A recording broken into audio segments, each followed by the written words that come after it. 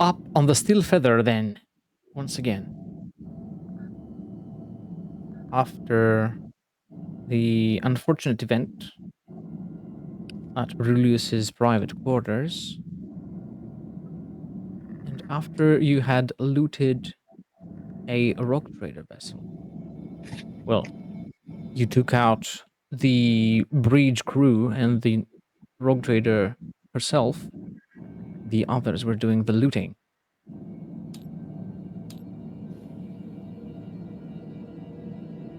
That fact left some dissatisfied because they were busy slaughtering basically civilians instead of being offered a decent fight. And now they were found confronting Brulius about it, demanding more skulls, more blood.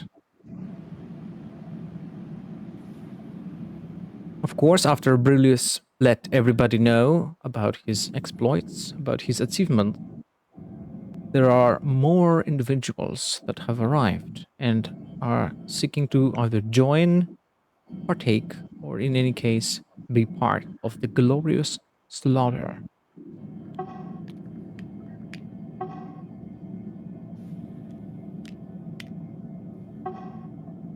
Of course, a lot of individuals from all walks of life can be found aboard a heretic vessel.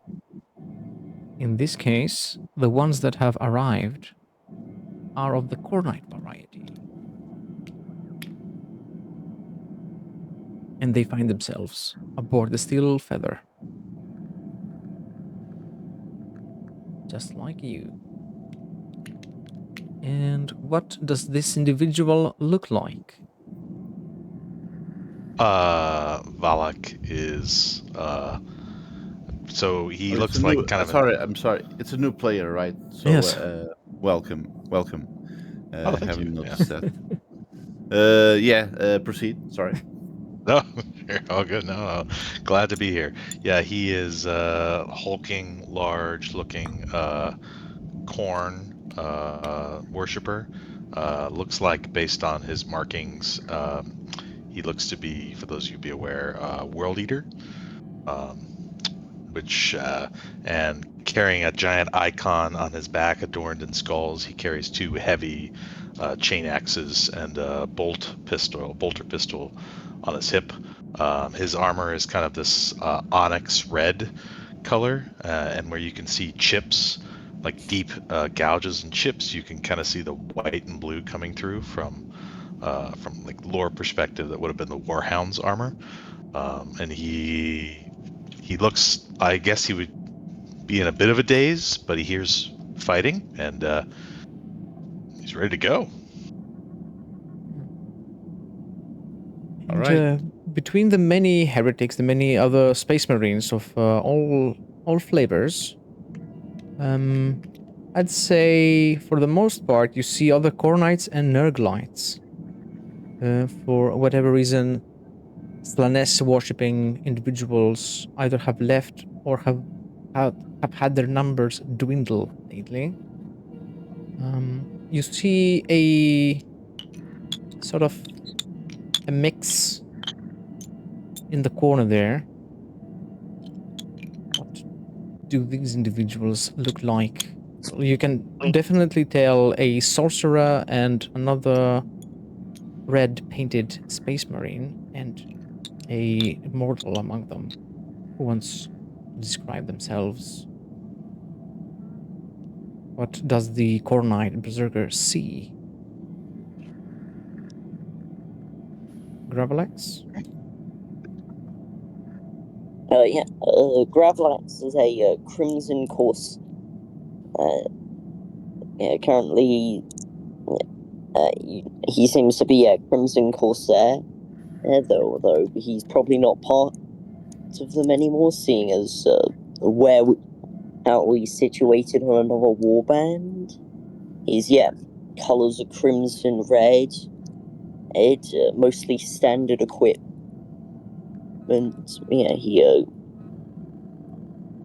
He welcomes you aboard to our Lord's ship.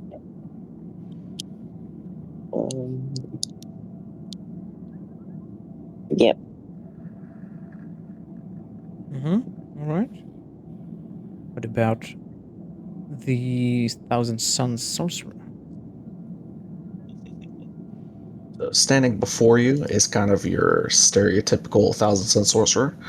He's got the Egyptian blue and gold motifs, and he's also got large bird wings on his back.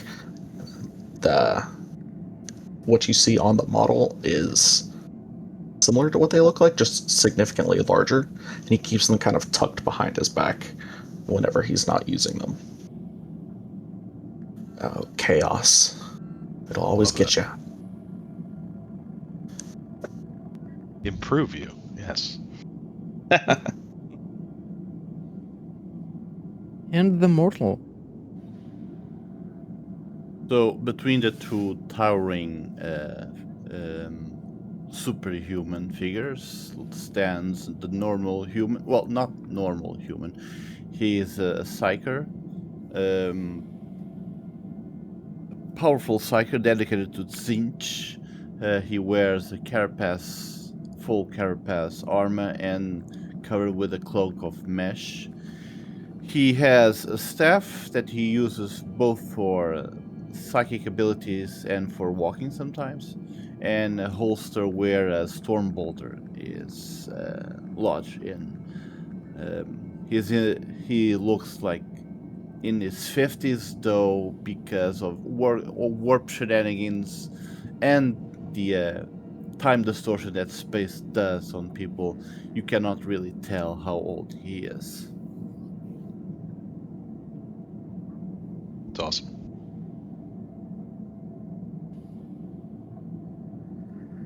I guess I would, as I come out. How would I have kind of emerged from that? Like, how did I get on the ship? Do I remember? Do I even know where I'm at? You know you are on board the Steel Feather that is being Okay. commandeered by Brulius, who's had great many successes lately, and he's made sure to let everybody know. And just like you, there are many that also arrived, either at the same time as you or just prior to you. A mix of mercenaries, heretics, renegades. Got it. It's like a big floating chaos warband kind of thing. Yeah. Okay. Of course, awesome. there's a lot of All right. infighting.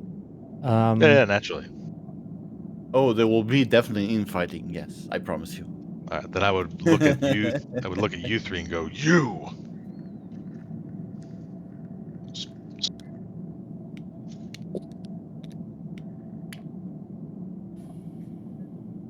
What are we doing?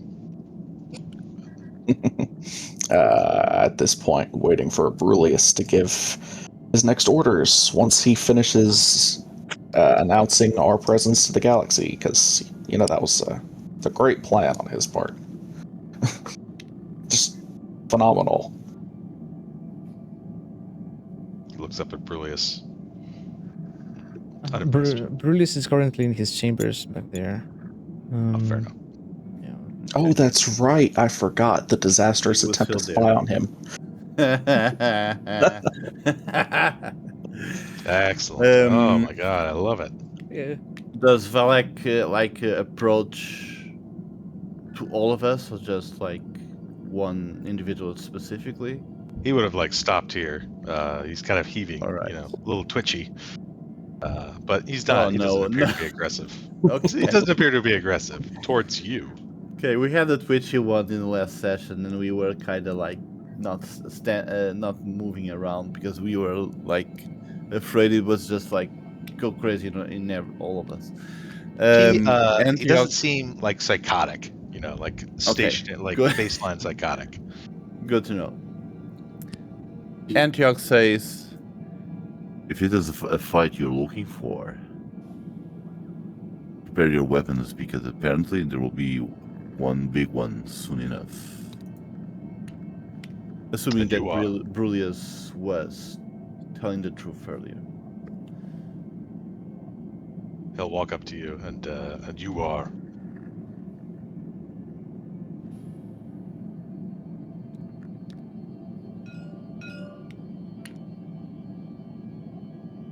Nephrin. Yes. That's Nephrin. Okay. Yeah. I'm the squishy one. Easy to find. Oh, okay, got it. I see. All right, there we go. He's not very smart. He's not very, he's a little twitchy. He's not super smart. A little rough around the edges. All right, well, let's get it over with.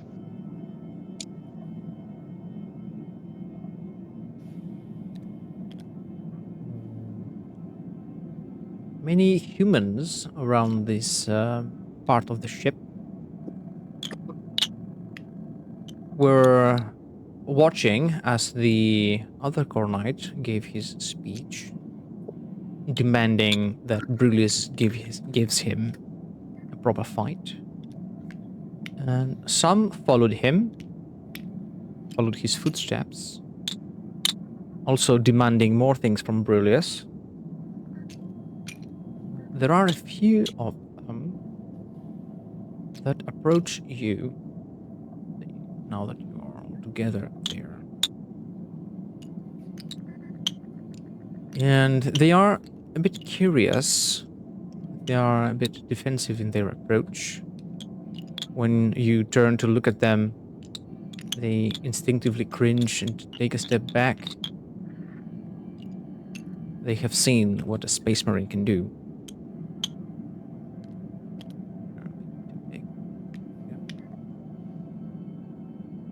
Do they just like stand there looking at us, or do they say anything? They mainly speak to Gravelax, Antioch, and Nephrin, who have been present for quite some time now on Okay. this vessel. And one of them speaks towards the three of you and asks, You three, you've seen a lot. You have even had close counsel with Brulius. If anybody outside his chambers knows about anything that is to come, it should be you. Speak up then. What awaits us? What do you see in the future? Actually, Antioch, despite what happened, Antioch does find some information last time, and he will take this opportunity to tell both these guys and his fellow warband members.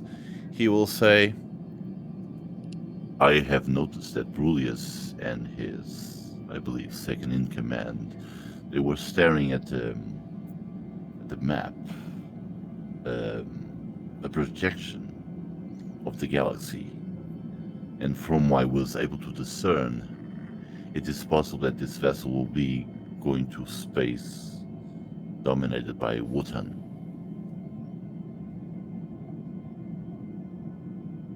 Wasn't Wotan people? Yes. Those, like, space dwarves? Mm-hmm. I'm humans. Ugh. Can't wait to wet my blade with their blood. What else did you see, sorcerer? Tell me. What else will I kill? Whose skulls will I take? What glorifying acts of violence await me? Speak. I'll chuckle out loud. I like this one. I think you should, hold your tongue and save your energy for the fighting that will come. Because if you haven't noticed, Brulius mentioned orcs and Inquisition and Drukhari coming vessels surrounding this area or around this area. So you can worry about Wotan later, but the fight will definitely happen sooner than we probably wish. Another one pops up. Oh yeah. I have heard about these boarding torpedoes. I bet Brulius has one of those. Is there a trial to get the first place in there? Get a ticket for the first line. Want to be the first one on board the enemy vessel. Especially if it's a Drukari one. I have some scores to settle.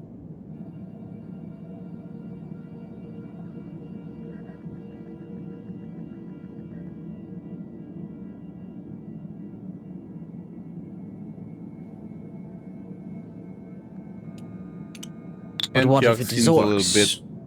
Go ahead. Antioch seems a little bit annoyed at the insistence of these guys.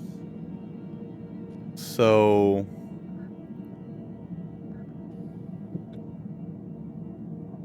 he will say nothing else. They insist again. Either of these will demand to know about something very specific about what is to come. For some reason, they believe that you have some answers that you might not have. For example, the name of the ship that's going to come, or the name of its commander.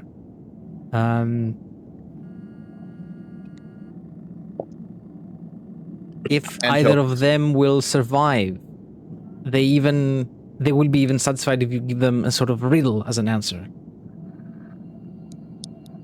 Okay. Antioch will thinks for a quick moment, and then he says this. I've heard that a specific warrior is gathering some other warriors of his own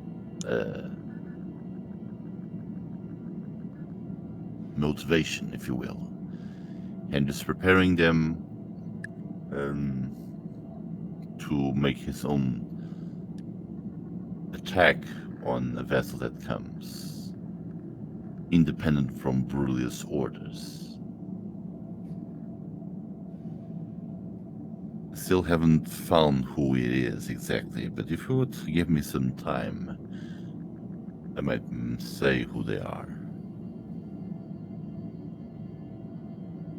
Independent from Brulius? Well, if Brulius finds about that, then his head is going to be independent from his body, whoever that is. Antioch makes that gesture of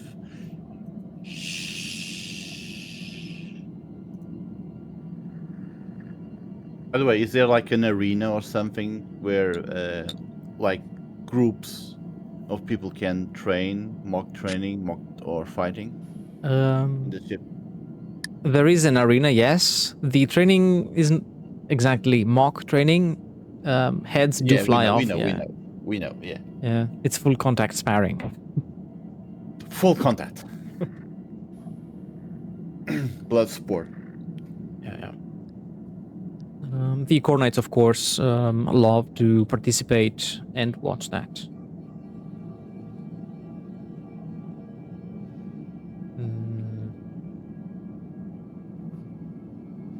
These guys seem to be satisfied with whatever it is they learned from you. And they will go. Okay. I was not in a mood on going to another fight right now with, like, personally.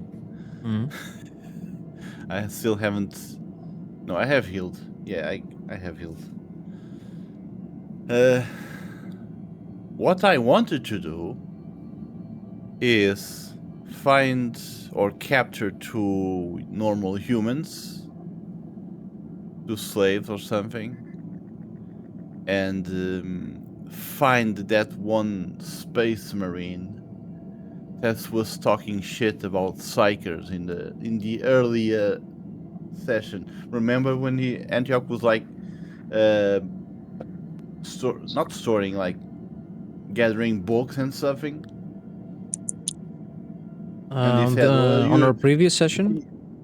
in the previous session before the one last week, Yeah, he yeah. was saying, "Oh, I know you psychers. What happened? You're all the same. You will have a bad ending or something like that." And Antioch kinda didn't like that attitude. So Mm-hmm. He's among the individuals that come and go around this area. he's easy to find, He right? can be found. Yeah, not many people that are hiding. Right. Yeah, but since it's a large ship and there are probably a lot large people here, could be like difficult to find or something. It's probably going to take a little bit of interrogating, a lot of snooping around to locate him, but it's not going to be Alright. that big of a deal. Not Alright. going to be that hard. Space Marines are generally hard to miss, you know. We know. Does anyone else want to do or say anything right now? If we're about to enter the warp, I need to acquire some fodder of my own in case we meet the demon again. You know, just in case. Yeah, we never know. It was either pay him off or get killed, so we're paying him. Brother, did we pay him off in the end?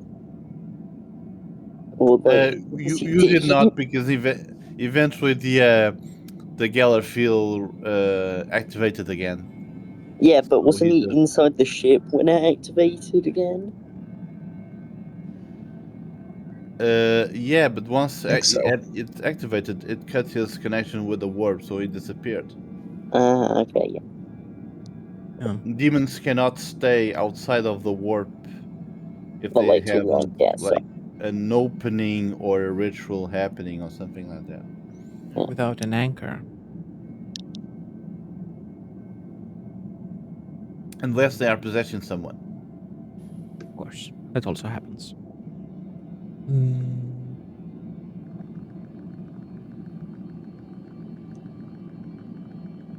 My brothers and disciples, Brulius's voice echoes throughout the ship through the Voxcasters. prepare for warp jump. Fasten your seatbelts. Hands, legs, and heads, and any other appendages are to stay on the inside of the ship at all times. Go ahead. Antioch will then go into his quarters, just in case a warp storm happens or something. Probably not. But do we have quarters? Or do we need... You would be able to find a place to have as your own, per se. Not exactly like a private quarters necessarily, but a place that any slaves, followers of yours would keep for you. Okay. All right. And of course, you had to convince some individuals to make room for that space. Oh, that's easy. Yeah. Just wave the hand and say, "You will give me your room." This is not the room you're looking for. I wave mine too, but I say, "This is my room." Just cat down all the individuals inside. Just arrive with your 7 feet tall and say, "This is my room." Yes, sir. This is your room. Thank you. Thank you. Thank you. Exactly.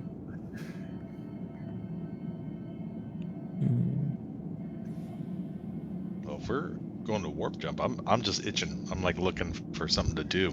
I heard something about this arena, but I don't want to do a fight scene if that's going to interrupt things. Mm-hmm. I could just go RP over, hang out at the arena, fight. The arena had an incident lately and is quasi under reconstruction. It's having some repairs. There is a staging area above it where a speaker is. You know, it's a woman with a it's a platform. A woman with a Vox recorder, a Vox receiver, who is describing all the fighting going underneath, and that had been taken down by the mentioned demon that appeared when the Gellerfield fell. Oh.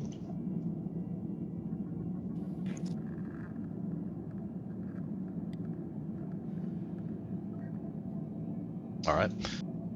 Then I'll hang out. Mm-hmm.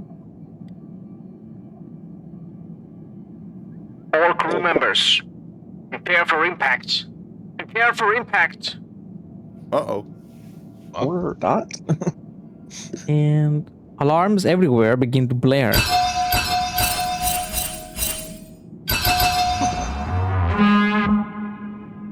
And there is an impact indeed. Uh-oh.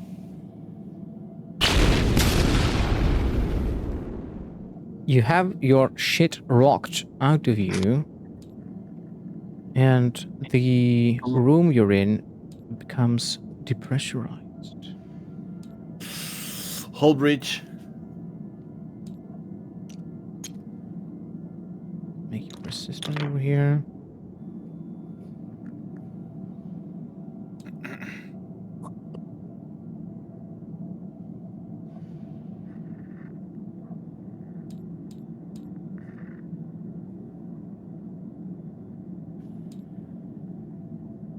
And what you see and what you hear, it feels like an avalanche just hit the ship. A whole lot, tons upon tons of rock and dirt just brush in through the opening. And through various devices, louders as they are called, you hear a battle cry. Oh, finally. Let's take us. Here's your fight, Valak. Oh, this ship was getting boring. Finally, some action. And it's the bestest of action. We haven't entered the warp, right? But still, we are Not yet, still no. in normal space. Yes. Okay. Man. Oh, there it is. At least it's just orcs, not orcs and demons. I mean, we could just distract them, fight each other. Of course, orcs will fight anything. We can just like hide. Hide. Yes, hide. Hide? Brother, we are the servants of the dark gods. We do not hide. We're going to have a conversation later. Just random places. The ship is pressurized. Does that include the sections where we are? Do you have to roll for anything? Depends on what kind of equipment you have. If you have a void suit or a environmentally sealed outfit in general, you are okay. You're not suffocating, but you're still suffering from the effects of the lack of gravity. Yeah, these are the two things. I wanted to roll for another thing. I wanted to roll for flicker, which makes me intangible, like incorporeal.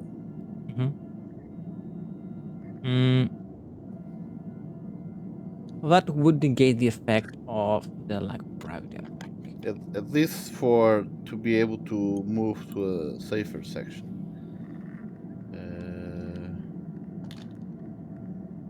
Nephrin can fly. Yeah, but I don't have a void suit, so this will be interesting. But Yeah, if the air is being sucked out, he cannot fly properly, I guess. You're suffocating if you're not environmental sealed. So It's not. you see a lot of orcs, of course, storming in, flooding the ship, Oh. and they are all painted red. Oh, they are faster. Yes. Believe. They've come in through the roof, through the ceiling of the room you're in, and you can see they have rocks and other solid pieces of metal attached to their legs, and that's what brings them to the floor normally, and keeps them from floating all over the place, as you happen to be doing right now.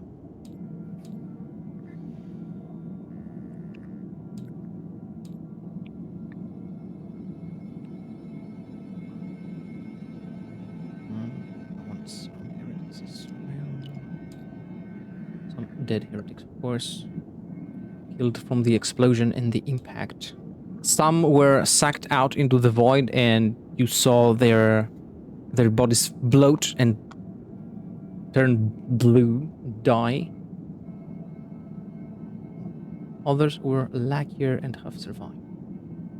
Let's have some. Bloat.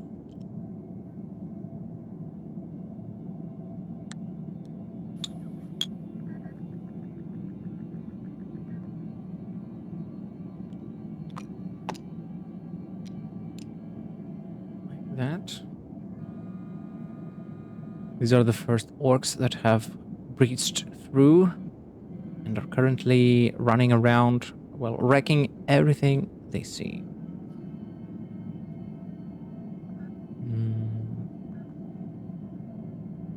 So, we're going to have to roll for initiative. I roll for flicker, and I pass. So I'm incorporeal. Is that right, or should I have waited or something? I mean, I've rolled. I can just apply the effects if you tell me to. The effect will be applied on your turn. Okay. So roll for initiative. Yes. And my initiative. How much is my bonus? Your intelligence, isn't it? It is intelligence, and it is.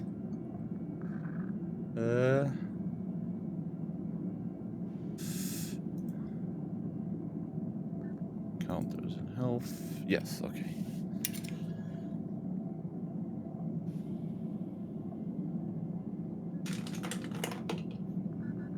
Antioch make it over? I'm not seeing him on the map.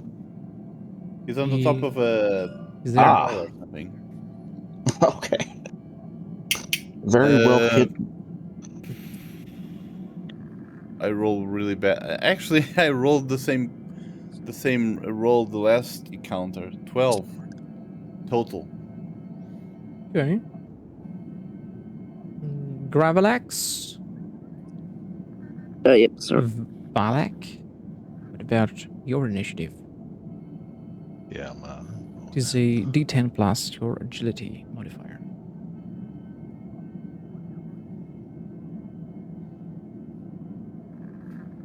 find a D10 here. Thank you.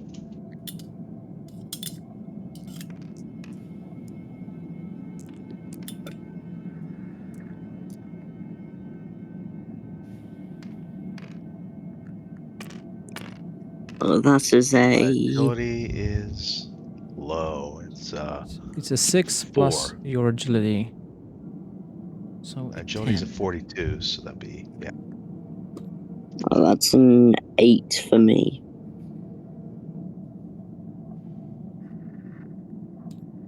Alright. If we are in an encounter, that means one thing.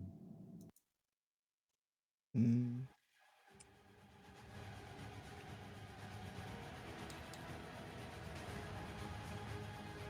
Antioch got a 12 as well. Really? Yes, I did. Yeah, okay. Great. Nephrin and Antioch. The Psychers, same position. First on the initiative track is Nephrin. Is there a door that I can open, or do I have to like fly over the walls? There is a door there, yes. Okay. So I guess I'll fly over here then, and then try to open the door. You have to finicky, like with your pinky, press the rune to release the door and open it. You can move through. Probably safer than taking off the glove, opening the door, putting the glove back on. Yeah.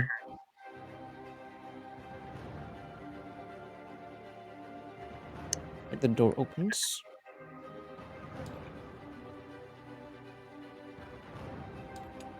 And you see, you can navigate easily without gravity due to your wings. However, you do see all the other individuals around this room, except for the orcs there, who have these weights on their legs, keeping them, giving them gravity or whatever it is that orcs have. You can see everybody else is floating. Can I ruin your parade? Rain on your parade, sorry. The orcs having weight on their feet would not give him gravity because they don't have any gravity anyway. Doesn't matter how weight you have. Sorry. But, okay, it's orcs, right? They believe they have weights, they wait. The plan is very cunning. Yes, it is. They believe. He's beginning to believe. So you move there successfully. That was a half action to open the door, or a full action? I'd say the door would be a free action in this case. Okay. Then I think we're just gonna do everyone's favorite spell, Warp Vortex. Make some gravity, yes. Oh no, Yep. they're all so close together. They are a horde. Roll to manifest. Yep. I just gotta pull up the rules again. It's been too long.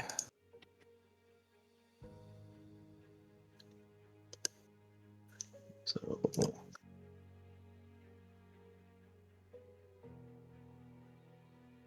ooh, 1 degree of success. Still hits. Yeah, That is a success, yes. and it's gonna hit all of them, honestly, with my modifier of 6. Yeah. It immediately takes out 6 of them as a horde.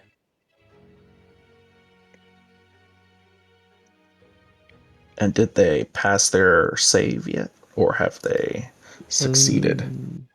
Toughness test. It's an orc.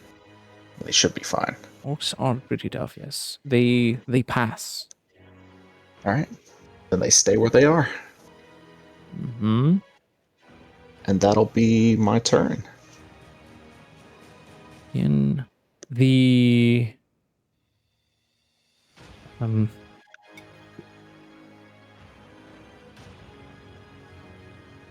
on. You siphon orcs and crush them. And now that brings us to Antioch's turn. Here. So I have the roll for Flicker. Antioch is right now incorporeal. Mm-hmm.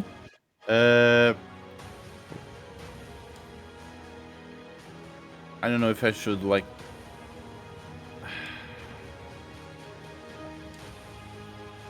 Is there any chamber around that he could see if it's sealed or something? still with the atmosphere or something? I don't think I can do much with an active spell. I mean, I can. Flicker is a F action and concentrations on an attack. I mean, they're coming through a gaping hole in the ceiling, right? So I don't think there's anything to seal. Yeah.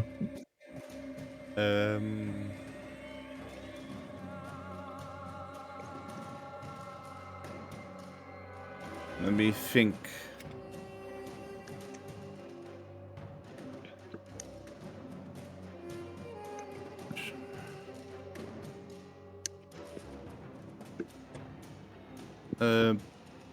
Remind me how many orcs are there right now after the attack? There are 10 orcs visible right now. 10 orc boys.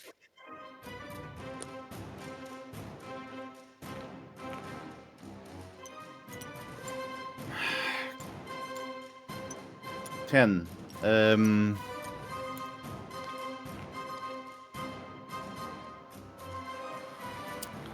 Can I also conjure Warp Vortex while having another spell active? Because that's the whole thing about reducing psi rating. Is it half? Half the psi rating? I think it's -1. -1, okay, so it's 6. Still good enough. Okay, so 6. That means 30.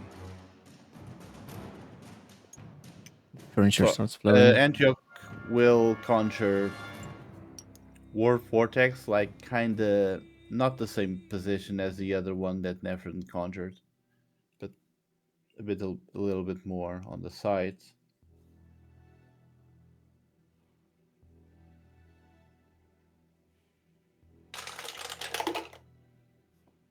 So this is enough. It is enough. But just 1 degree of success. 30. Yes, it is just 1 degree of success. All right, that's enough. Psi rating of 6. Yes, so it's A blast of 6 takes out 6 members. This horde.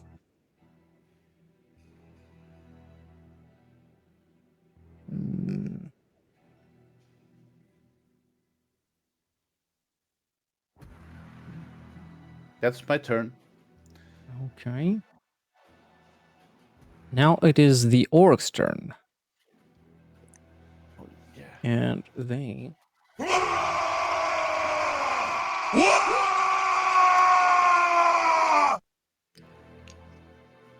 Naturally. they charge at random directions. And they are fast. They are not gracious, but they are fast. They will move up to here and shoot with their shooters.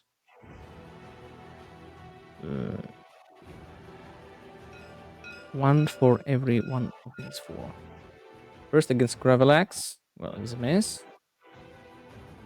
The one against Valak is a success, but is not enough to do any damage.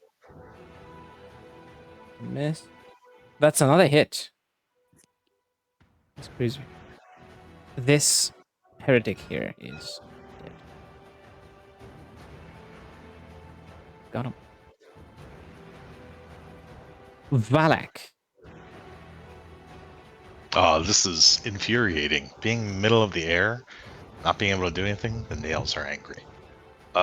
Do we have mag boots on our power armor? Our space marine armor? Depends on what type of subsystems you have selected. Oh, I didn't know how to do that. I just, yeah. So let's assume not for now. Can I point my gun in the opposite direction of the orcs and fire it so that I slam into them? I don't know if it works like that. I think when you are in zero gravity, it's it's either difficult terrain. Zero gravity. Zero gravity is considered difficult terrain for determining movement, and making a charge or run action requires a -20 agility test to avoid drifting off into a random direction. Characters starting a move action in zero gravity must be adjacent to a floor, wall, ceiling, deck, or other surface. Yeah, you that's what I can was move. hoping if I.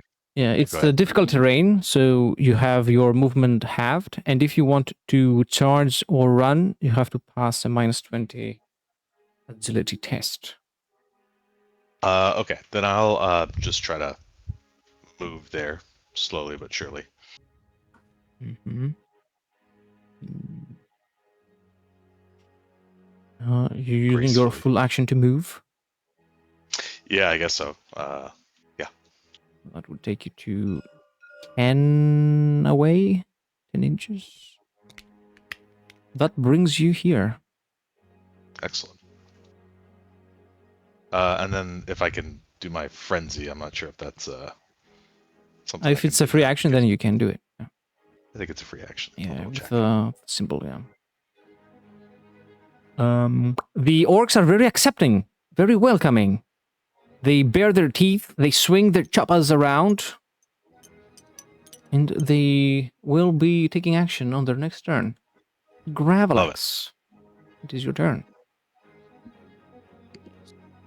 I think I'll for my first half action, I think I'll aim, and for my second, I think I'll fire my bolter on semi-auto fire.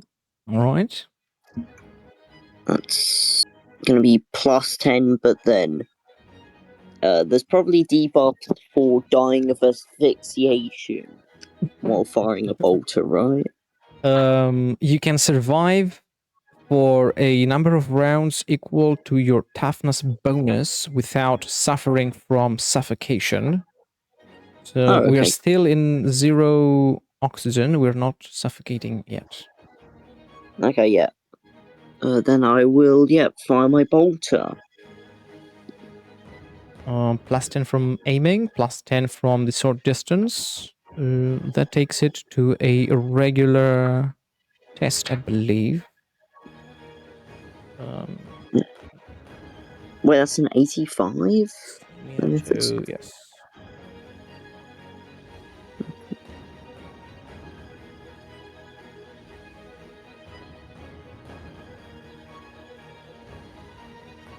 Straight up ballistic skill test. Yep. I rolled on the, I think you sent a link in chat, and I got a 1. Ooh, excellent. That is a giga success. That's, a success with 8 degrees of success.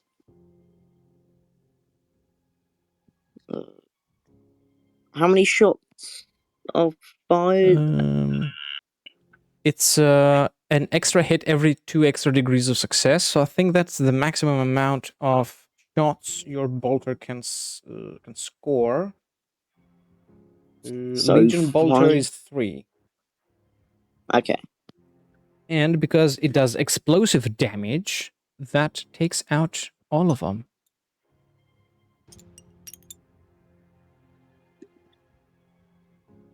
Successfully. So Valak just lands peacefully in front of them, easily, steadily. And then Ready to go. From behind you, you hear very well executed shots Just from turn my head and Gravelax. look up at him. And they're all gone, yeah. Turn my head and look up at him. Gravlax is praising the dark gods for giving him aim. It's a good shot. Now, on the end of this round, of course, orcs, as you know, come in big numbers. And besides the big numbers,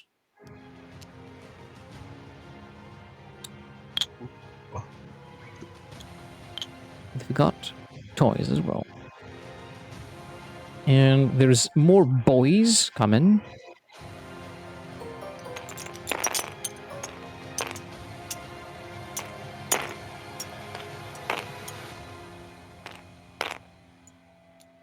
And a knob. Need some initiatives for them.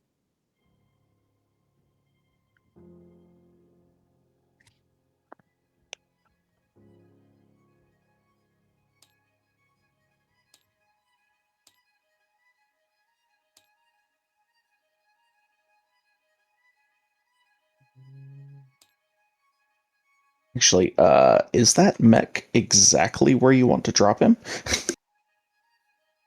That's where it lands. All right, that right in range of 2 warp vortexes. Well, that's where the hole is. The orc doesn't know what a warp vortex is. Don't think anyone would warn him.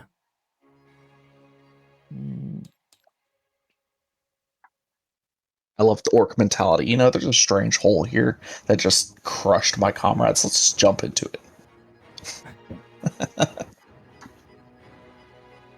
Yeah, he's thankful there's a hole because how else would he get in? More of a Gork worshipper than a Morg. All right. I think that's not all the initiatives. I forgot the knob. Who actually got a 9. So it's got sub to 13. His agility. Knob's turn. Might makes right. Passes using his strength instead of fellowship. And has these boys take a half action. Taking them there. And he will run up to here. Who's next? Nephrin's next. Right. So, yeah, they're a bit out of range. I mean, I could warp vortex them, but I think we have a more immediate problem.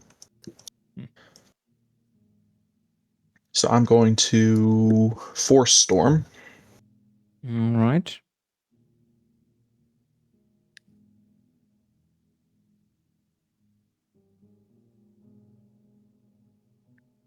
Roll to manifest. Yeah, I'm just looking up to see what page this is on.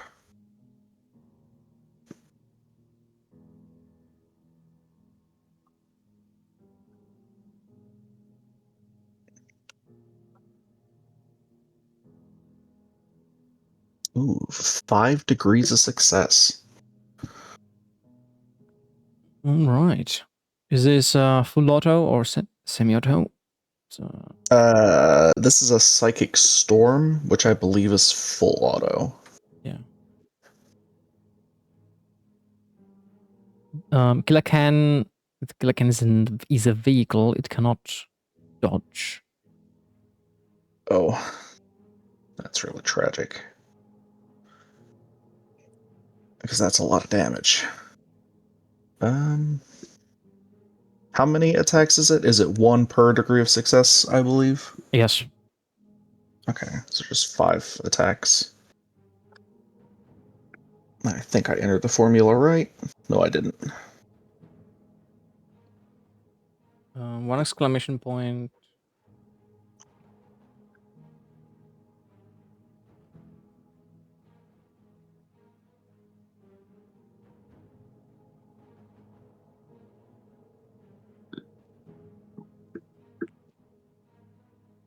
Still not quite. So 21 damage.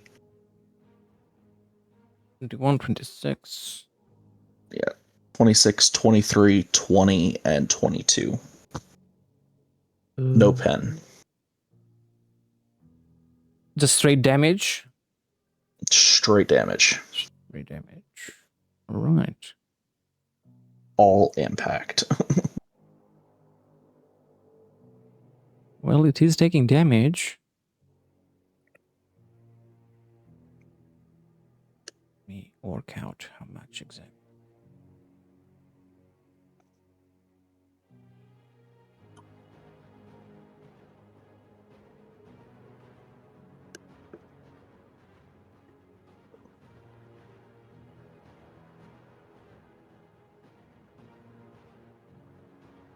Orcs.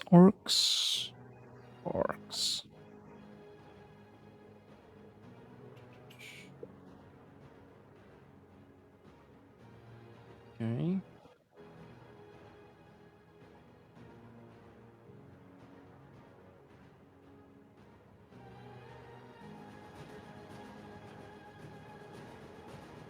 Takes 11 damage. Only 11? Yeah. Damn, okay. That's impressive. Well, that'll be my turn. Mm-hmm.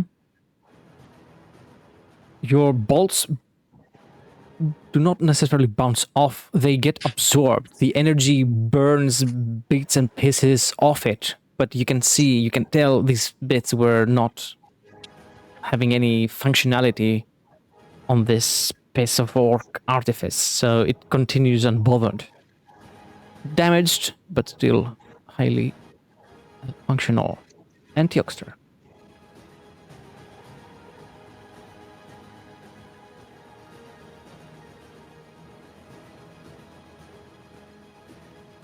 Antioch? Antioch will sustain his incorporeal form and sustain the warp vortex.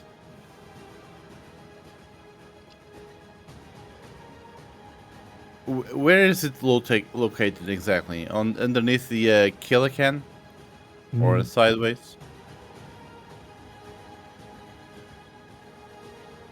How would one of these be affected?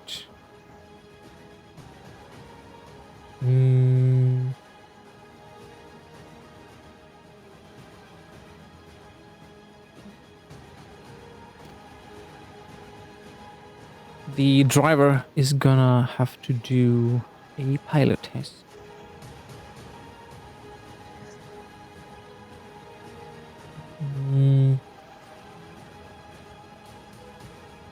It's a vehicle. It's not going to be pulled towards the center. It would take the damage though. Okay. If any. That's good for me. That's good for me. Yeah.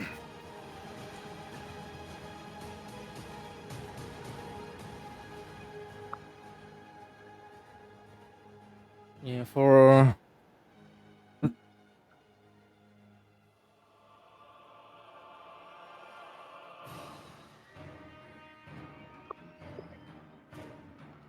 how much damage does the warp vortex do? Let me How much? check. So the side rating this moment is 6. Yes. Go.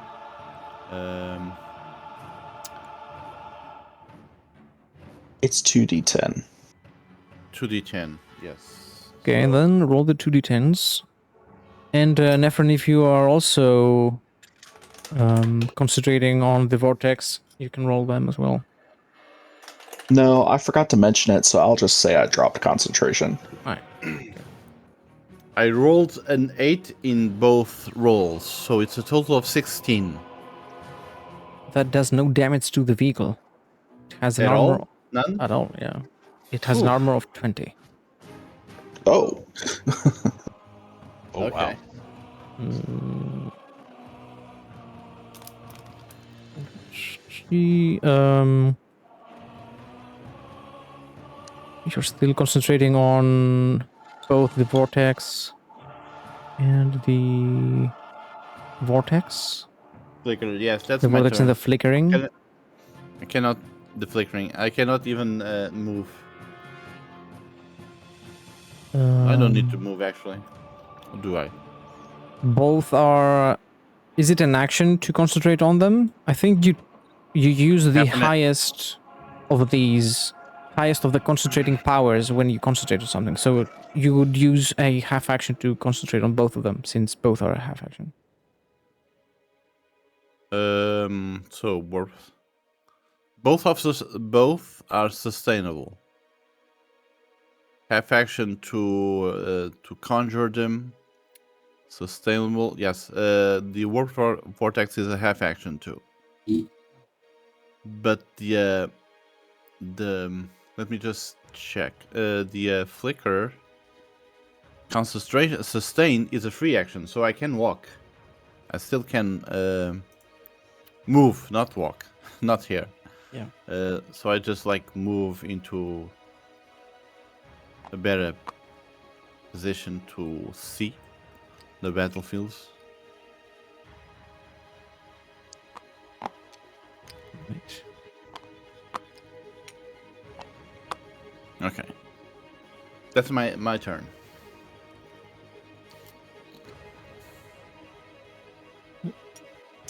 These guys will run there. This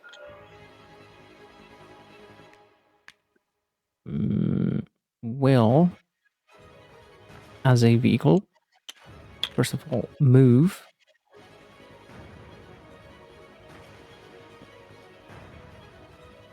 And that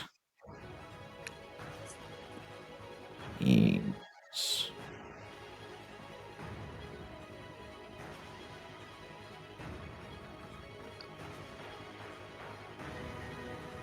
it will take the ram action. Let's see if he succeeds first of all. Barely.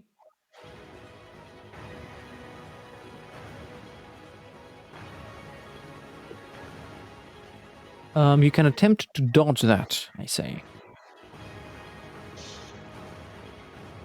Me? Vilak, yes. Bring it on.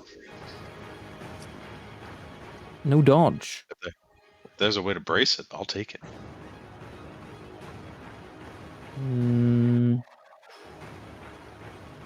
His vehicle hits his target, doing damage equal to the AP of the vehicles facing that hit plus a d10. So it's 20 plus 1d10 damage. Oh, okay. Then I'll probably dodge. Yeah. Sorry, I've never played before, so I'll probably dodge Yeah. if that's the case. To be honest, vehicle combat has not happened in this campaign before. So, it's Fair the enough. first for everyone. He hesitates for a moment, thinking he's going to let it ram it, and then he dodges.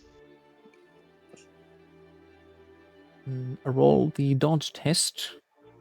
All right. Second. Agility plus any bonuses from having the dodge skill trained. I do not. It's So just your agility. just my agility. Here we go. Agility. There we go. If you're gonna tank an it attack is from an actual a- tank, you better be a tank yourself. 17. I believe a 17 is a pass. I think so. Yeah, because my agility is 42. Yes. Where are the dice you rolled? I can see that. Oh, sorry, I was rolling it on mine. I'll do it in there. My bad.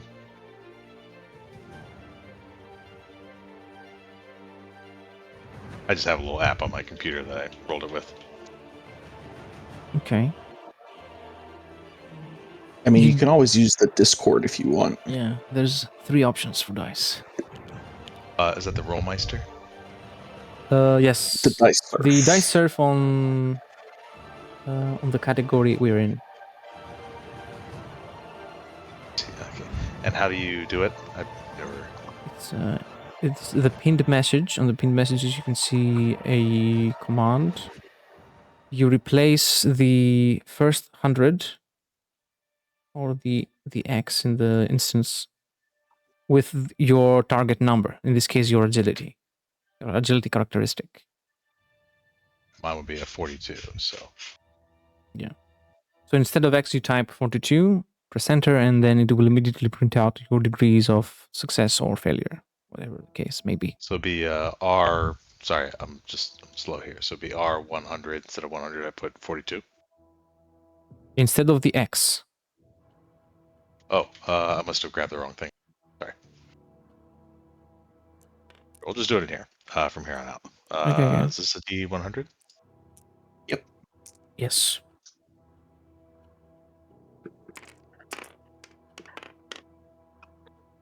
That is not a success. That's a 60-80. Grab one with 10s and one with 1s. Like a normal person. You know? Sorry. Yeah. So Yeah, it's alright, roll man. this guy. Yeah. Roll this guy. Okay, cool. These two. 95 is still a fail. You can use an infamy point to reroll a failed test. Sure. We'll do it. Alright, you can reroll then.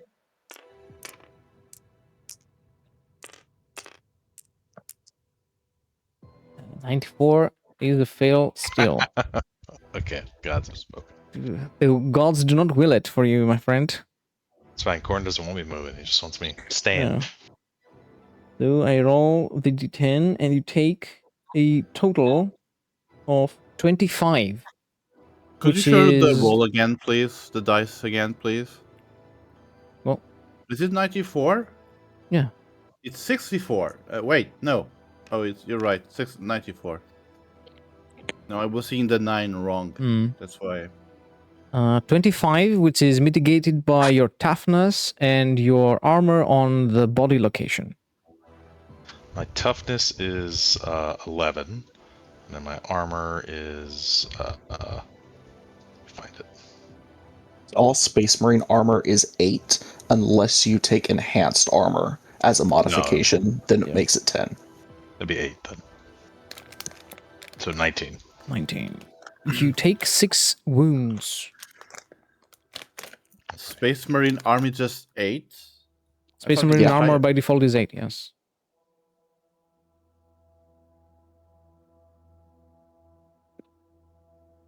Six wounds. Ugh. Taken. And it is your turn. Oh, I'm gonna clap back. All right. It is big, so you would have a bonus to hit from that. Let's see size exactly.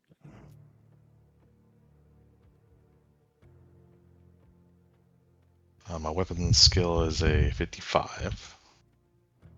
It is Roll that enormous. I think gives you plus 30 even. 22. That is a success. Depending, that was a standard attack. Yes, sir. Right. You can roll damage. All right. That is Enormous plus 20. 1d10. 1d10 plus my strength bonus, pen 3. Tearing. Tearing means you roll another d10 and you take Okay, the great. highest for damage.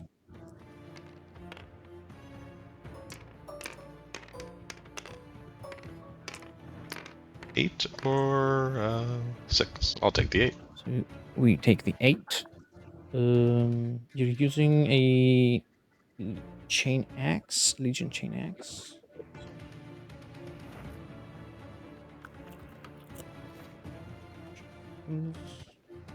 10x Legion. So it's +5 with a pen 3 from the weapon, plus your strength modifier. Which is 10.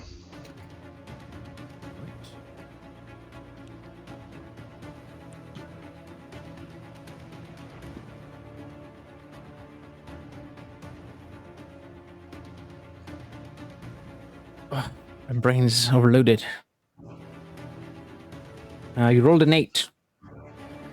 Yes, sir. +5 from the weapon. That's total of 13. 23. Plus your strength, 23. Then I have something called Crushing Blow, Yes. which adds half of my weapon skill bonus, Mm-hmm.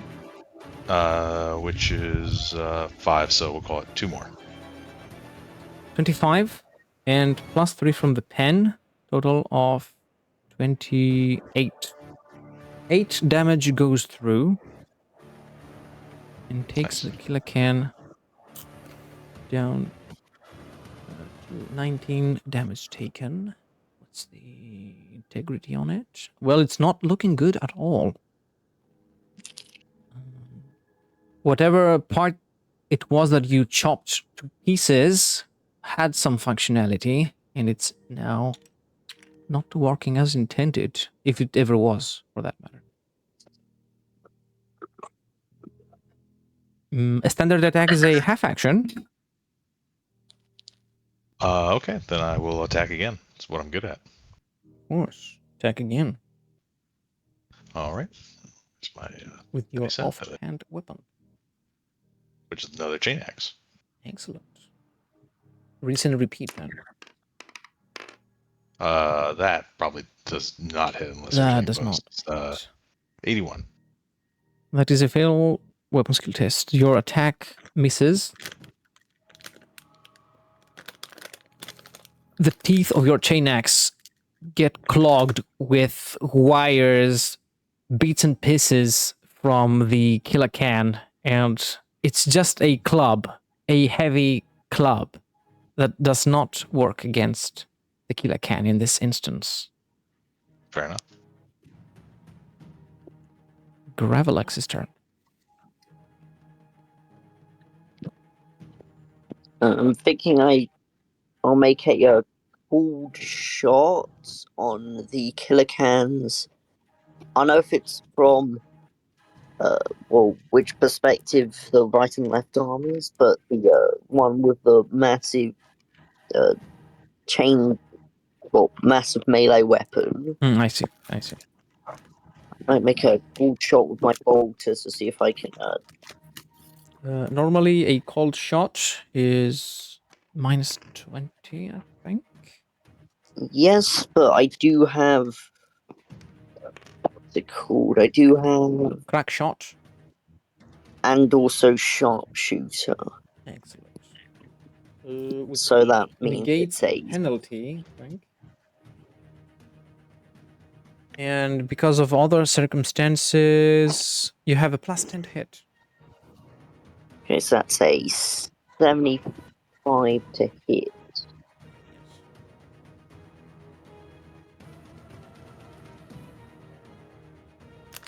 That's a 34, so that would be 4 degrees of success. That is 3 shots. 3 hits. Okay, wait, how much damage is a bolter? I think it's a D10 plus something. But it has tearing. So drop 2 D10s and roll them 3 times. It's 1d10 plus 9. 9. Bolt pistol? Or is it the bolter? Bolter. Never mind. It's pen 4 either way. Roll the D10s 3 times. Oh wait, what's those? 2 D10s 3 times. We get a 5. Even a 5 for the first one. 7 and a 10 for the That's second. Zealous Hatred. Oh yeah, Nice. Zealous. Roll And again. that's- Roll the third one, and we will resolve hatred. The third one is a 5 and a 4, so that would be. I'm pretty sure it's only taking highest, so that's 20, and then what does Zealous?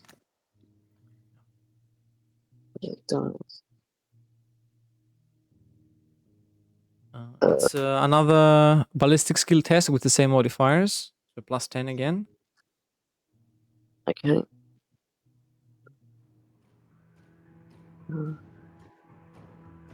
Oh, that's an 8. So that would be another success. It is, Well, yes. I've already shot 3 times, so can I shoot it? I'm not. To shoot again, you would have to have a secondary weapon out. I'm pretty sure the bolt is 2-handed, so Yeah. that's just 3 shots. Roll another d10 for the damage of your Zealous Hatred, please. Yep. That's 8 damage. Mm-hmm. So, the Zealous Hatred shot dealt damage, the others just bounced off, but it did 18 plus 9, that's 27. With the 10 of 4, 31. That's a total of 11 damage that goes through, and that is enough to destroy the killer can, actually. Nice. All right. It explodes on a 10. Does not explode.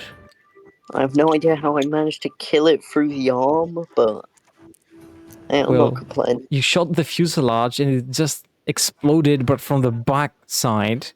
You blew its back out. And whatever the piloting creature was, is now a burning mass of green skin and fungal material.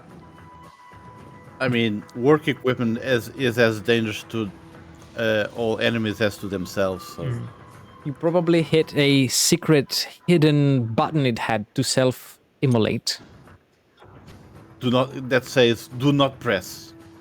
Or it says do press. Press. Just says press. Press in case of being in. shot at. It's funny. More orcs. There is one vortex here. They will not run into it. They will run all the way to here. As will... Well, these guys will attempt to jump. They will loosen their weights and they will attempt to run over it with the... what was the penalty? Minus 20 agility?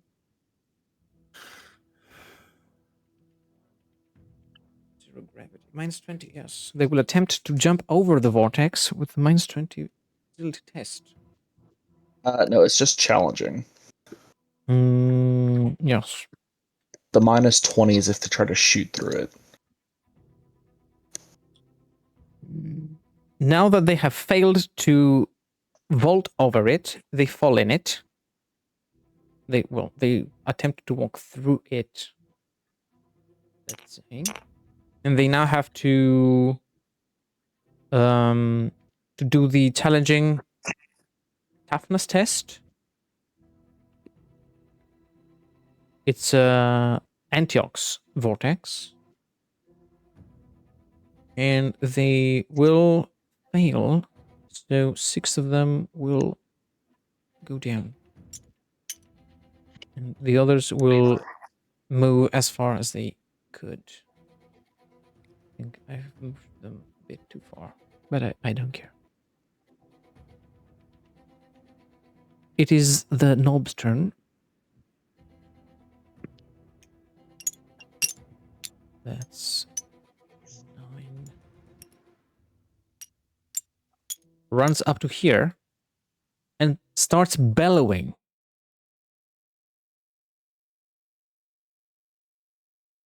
With a loudener on his hand. Listen up, ways and wear things of his vessel. I drunk snuggle. Yeah. Sorry, I just disconnected there. Can you I'm hear Suddenly me? became silent. Yeah, I Yes, can we hear you. can. Yeah, okay. So the As I was saying, the knob was start bellowing something. yes, the moment I started speaking like an orc, I got disconnected. Right. Listen up, ways and wear things of his vessel. I am Grunted Knuckle, and this vessel belongs to me now. Bow down. And be shot at regardless. And of course, the other orcs will chime in.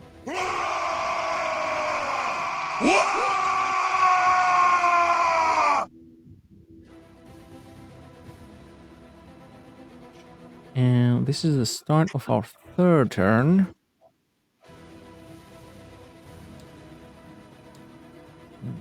Antioch, what's your toughness modifier? I'm incorporeal. I cannot be hit by physical weapons. Yes, but you still have to breathe. Do I? Do you? No, I'm not sure. I'm really not sure. Let me just thicker.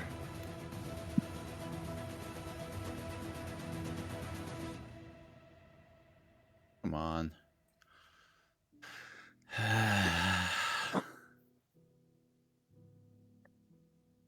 Takes forever to search. My toughness modifier, anyway, just so you know, is like 4. Then you are No? fine. Nephrin, it is your turn. Yep. It's I'm 4. gonna move up just enough to over here.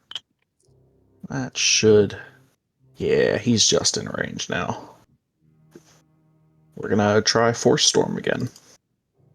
All right.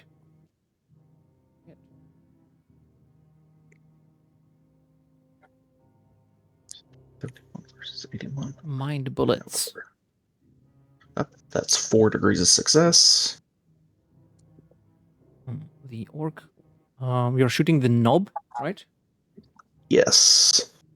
You will attempt to dodge. No dodge. There we go. I figured it out. So that's 26 damage, 26 damage, 21 damage, and then 19. Excellent.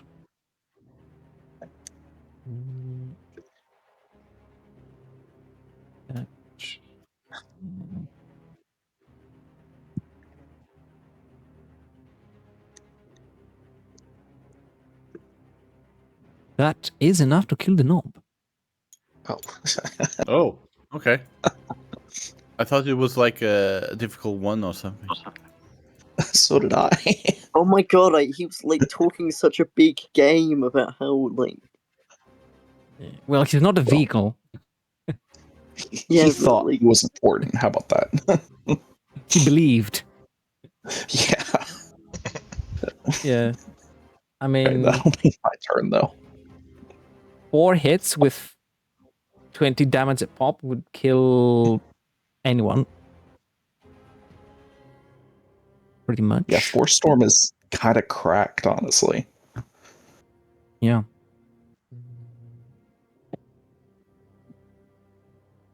The knob explodes.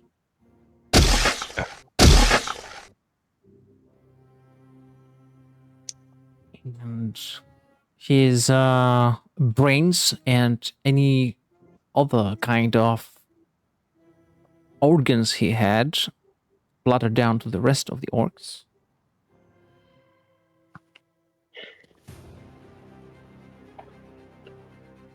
Who will roll a willpower test with the regular willpower, since the knob using his strength is dead now.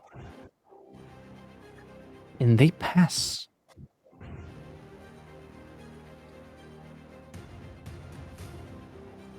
Why is that? Are you me doing weird things? What is Umi? Not a weird thing. How is that Umi doing weird things? Weird things don't do me things. Just kidding. Just kidding. And it is Antioch's turn. Okay, so those orcs are behind the warp hole, right? Yes. These ones are next to it. The warp hole is here with where all the bodies are. Antioch will then recast the warp vortex on these ones, on these snag boys apparently. Mm-hmm. Still maintaining the flicker effect, and I don't see anything that says that he cannot breathe. Incorporeal creatures doesn't say anything about that, so I guess. You gain the incorporeal trait. Yes, but it does not mention that he can breathe in airless places. So I cast the Cannot be affected by mundane warp vortex, weapons. but phenomena.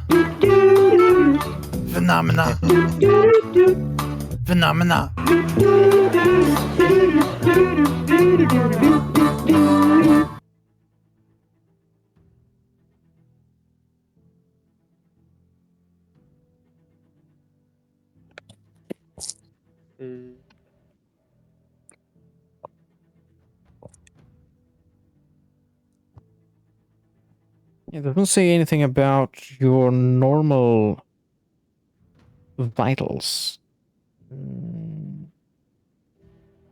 I mean, I guess it's the GM decision. Yeah. So I successfully recast Warp Vortex, but it is phenomena. Then roll for the phenomena. Oh, it's always fun. Sometimes. Oh, nice. Will the psyker explode? I rolled 5. 5. Warp echo. For a few moments, all noises cause echoes, regardless of the surroundings. So you're just hearing orcs screaming wow with an echo everywhere. That could be an attack on itself.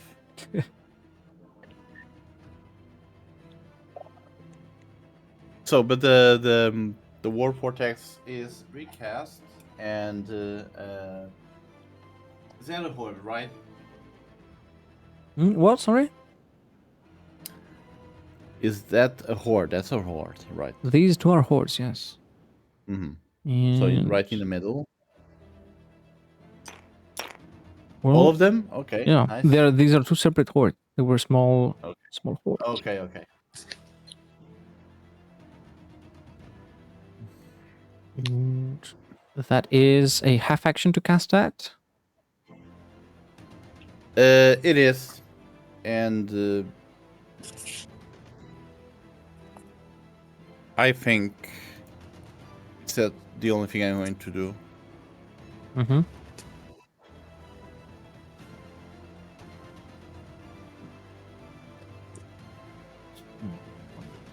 Hordes.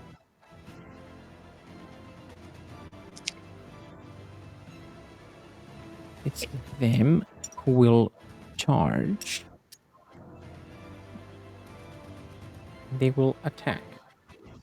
They miss. Wallach. It is your turn. Excellent. I am going to use my standard attack I guess it's called Whirlwind of Death. It's a special ability I have Yes. that gives me 1 attack versus every enemy engaged with me, which I assume is all 3. Yes. So I'm gonna attack them.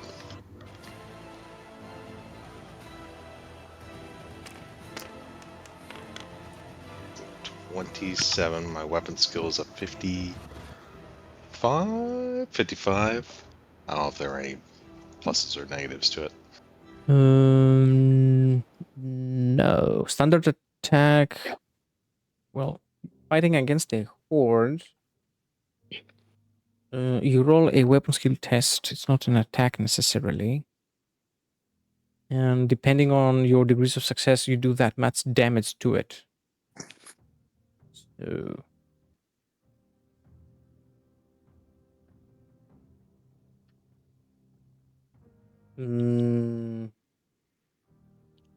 What's your weapon skill?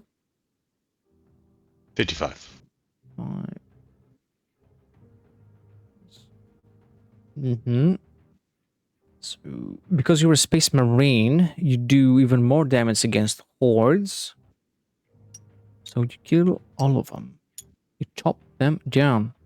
Make a Oh, it feels mushroom good. salad. Feels good. Blood and guts.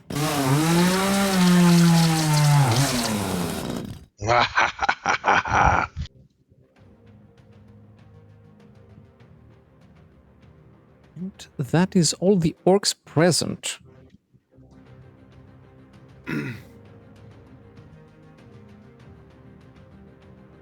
Brulius's voice echoes throughout the ship. Fix the damn thing, you thin skin. Right away, don't be so impatient. And with an echoing thud, huge plates, huge bulkheads, move in place and seal the giant hole that formed from the crash between the steel feather and the orc rock.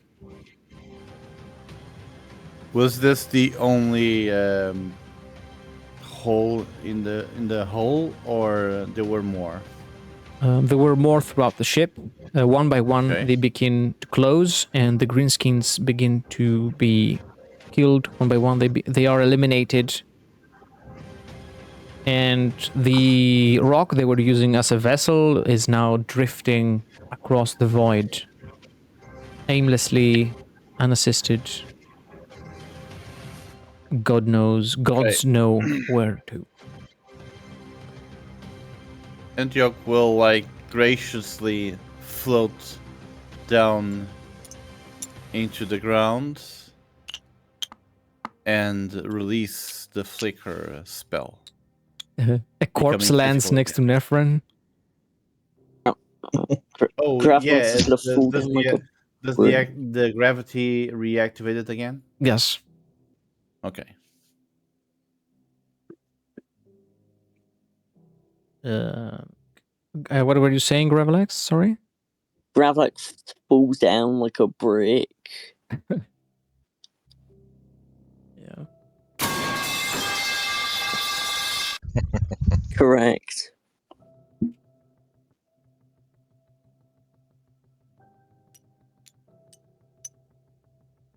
And well, it was a nuisance more than anything, but it was an assault nonetheless. It's good to stretch your legs. Mm. Get out and get some murder in. Whoops, sorry. They all come back to life. Ah, excellent.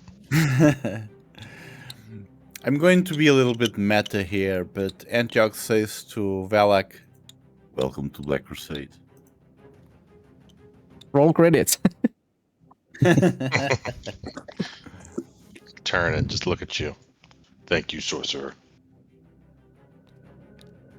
A Cornate is thankful to a sorcerer. How the odds?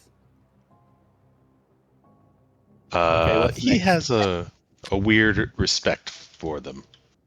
Not animus, but he doesn't like you. He just doesn't hate you. I'll take it. Better that than having like your head bash in. You just for guys being a made sorcerer. Angron, like you made him the demon Primarch. I gotta appreciate that. Yeah. He was there. I mean, Solid. Horn does need some psychos once in a while to conjure his demons into real space. Yeah, that's right. See, utilitarian. The surviving heretics, of course. This guy will immediately loot the dead body here. This guy goes and has a look at the orcs' weapons and armaments in general. Grabs one of the suitors. Rolls a ballistic skill to check it out. See how it works. And with the penalty for using an orc weapon, he fumbles, and just by grabbing it, without even pulling the trigger, the gun immediately goes in full auto. And he just empties the whole clip, or whatever it was, a magazine clip, whatever it was. It still has ammo hanging from it, but it has ceased firing. And the Disciple of Chaos here will throw it to the side, and will look at the melee ones, who seem to be more stable.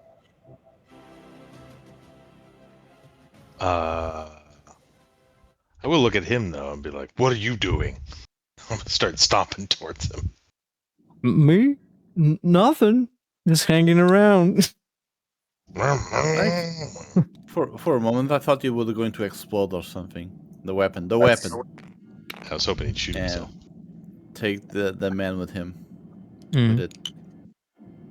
When he sees you approaching, revving your chain axe, he drops whatever it is he had just picked up from the ground from the dead hands of the orc. Sort of crawls back and will attempt to run and hide with a failed concealment test behind this stairs here. Yeah, what he did was disrespectful, man. Like, he can't. He's gonna go. I'm gonna follow him. Mm-hmm. While you guys are hanging out, I'm just gonna go follow him and teach him a lesson. You can hear him panting even before you take the turn. Excellent. Just stalking towards him. I enjoy it.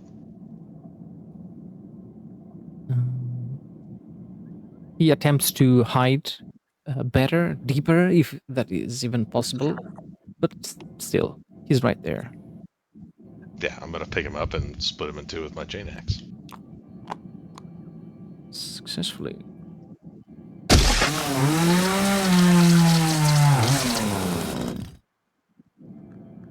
The Disciple is no more. He's a lot more, I should say. He's in two pieces. Yes. He's all over the place. Yeah. Yeah. Mm-hmm. Anyone else want to take our stuff? Looks around. Besides you, there's one more Disciple there who is looting this corpse here from the other Disciple that was unlucky enough to be in range of the only successful ever ranged attack of the orcs as a race.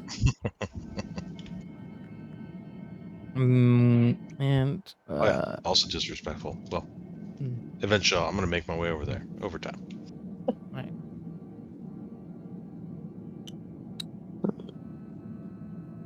Completely oblivious of the fact of whatever happened. When he sees you approaching, he will sort of show you what he got, either as an offering or to boast. Oh, look at what I got. Oh, that sounds like boasting to me. I'm gonna take it from him. I'm gonna teach him a lesson too. Mm-hmm.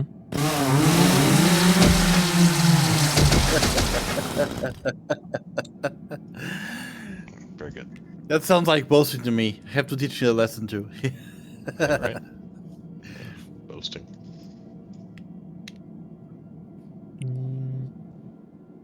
The ship begins to. Well, it returns to its normal functionality. The crews all return to their posts.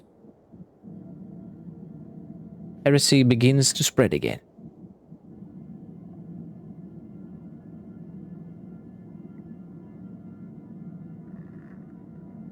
My trustworthy crewmen and crewwomen and crew void and war creatures, we will be resuming our warp jump. Battle up.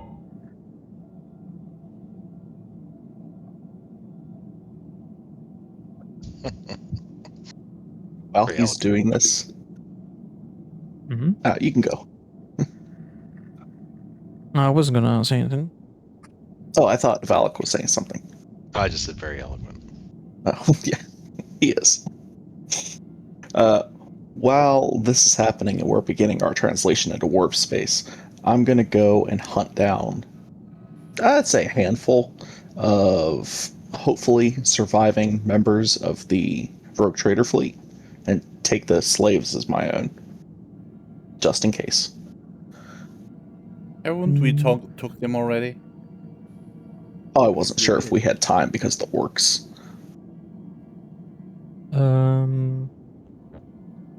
The rogue trader crew has either been enslaved or has been killed. So it's either already on the ship or they're dead.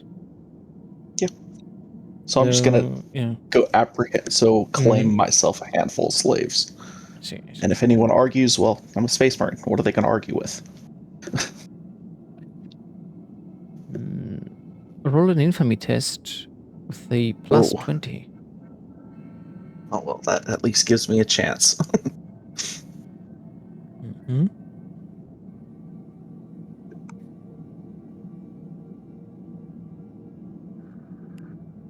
How convincing are you? Not at all.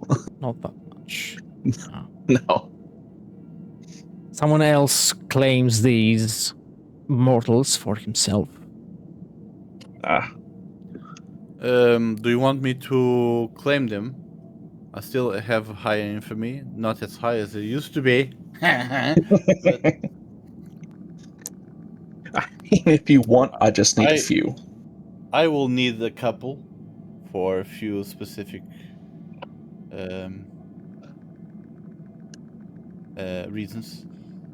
For some for a task I'm thinking about. But I can get more for the whole crew. I mean the whole crew, the 4 of us, 5 of us, like our own special pool of slaves. If we can like jail them for us.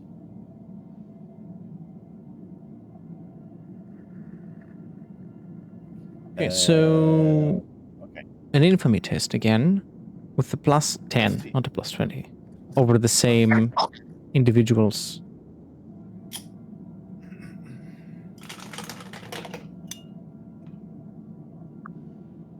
Plus 10. Okay, so my infamy is...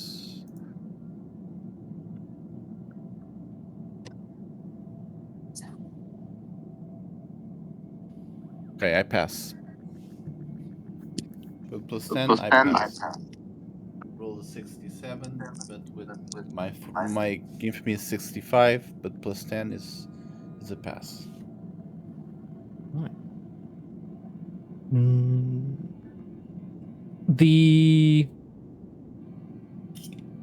There's a huge variety of slaves that have been captured from the rogue trader vessel. You can have a selection of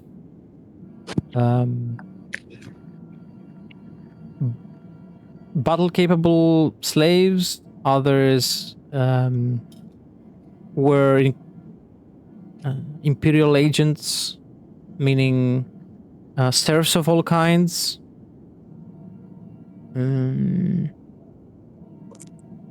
Even members of the astropathic choir. I just need for myself. You know what? I'm going to take 5. Just normal slaves, normal serfs, like servants. Yeah. Not specifically, not for battle or anything like that. Yeah. They are a bit roughed up. The disciple of chaos have not been gentle with them, haven't been polite. They are alive. They'll do. So I will write 5 slaves in my personal loot because that's what they are. In your inventory, yes. Yes. And Nephrin, you are given the slaves you were seeking. Antioch has pulled some strings and has successfully acquired them. Yes, these are the 5 slaves, and I don't know if it was a previous session or the previous one before that. I had also 10 other prisoners that I got to be my personal assistants. They are not slaves. They are like more like cult members. Mm-hmm. In that thing. In that regard, more autonomy, more we say respect and stuff. They are to be turned or joined the chaos cause. Anything else? Nephrin, what kind of slaves were you looking for? Just members of the Preferably Rogue just- Trader crew, or Yeah, I guess just random members. It doesn't really matter.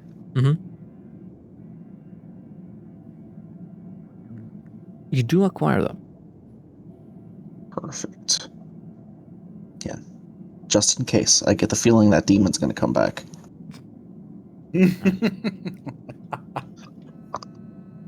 Listen, I'll try to lie my way out of it, but I am not confident. So it's better to have a backup plan. I mean, the odds of the same demon arriving again and collects his dues or something. The demon's gonna be. I mean, it's possible, but still, It's not impossible, but never zero. it's not impossible. It's not 0. Yeah. Remember me?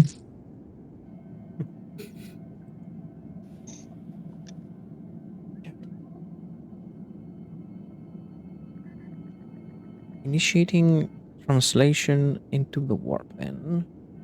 Okay. Antioch will go into his room, into his chambers.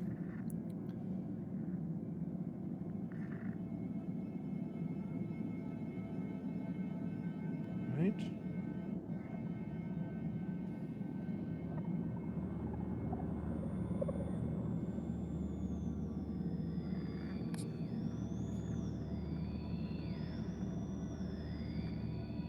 Yeah, I'm just gonna go around and wander, get into tussles, talk to other Cornites about how great corn is. They scream back in agreement. We're all screaming at each other. You're right! Ah! It's often in the games until one of them say something like, "I'm better than you." Then you go how it goes. You know how it goes. It's disrespectful. I mean, It's boasting. I don't like that too. I don't like that.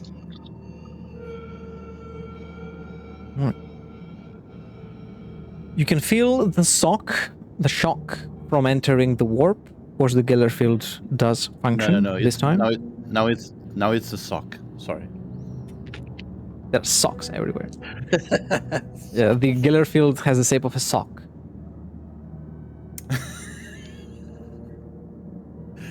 Okay, go on. You We enter the Geller field. as if even with the Gellerfield functioning, there are still entities lurking in the shadows, as if they wander from the mind of one individual to the other, as if they slink through the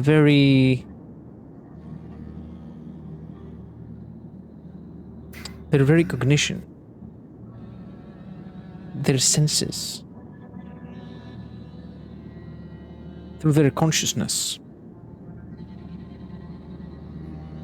You can tell, even without looking outside the vessel, in the vastness of the warp, which would drive someone mad anyway, you still feel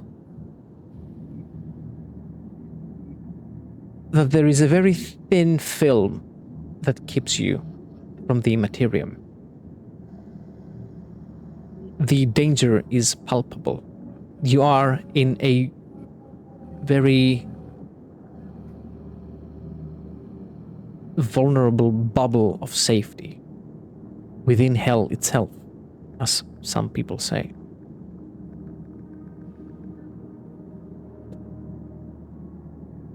Of course, this idea alone is enough to drive people mad, and the weak-willed are often the canary, if you are aware of the proverb, of the technique. Yeah. Miners, The canary in the coal believe- mine. Yes. They Coal miners were bring using canaries canaries. to detect when there was no longer enough Gas. oxygen. Gas, actually. Or gas, even, yes. And so the weak minds are the first to give go in to crazy. madness.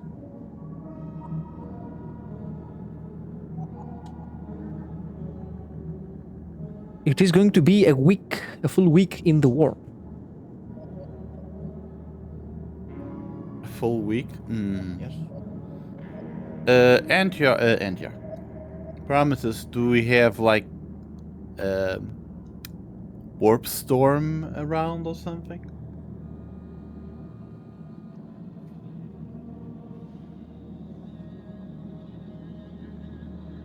No. No such thing as a warp storm, no warp whales, no greater demons of any color popping up into your porch. No, nothing. So no, even a long week on the warp, but an eventful one.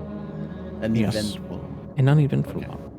Of course, the tech priests and various other tech savants aboard the vessel pray to the machine god that the Gellerfield keeps up, stays up, and keeps you safe. Forgiveness and remission of our sins and transgressions of the flesh. Let us ask of thee, Lord of the Machine. Things that are good, that are logical and correct. For our bodies of steel may be strong and everlasting. To complete the remaining time of our life in peace and repentance, let us be eternal, like steel.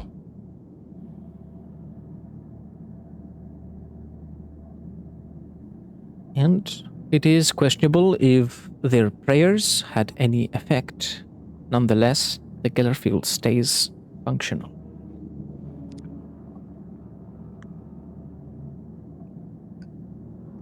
Translation into real space.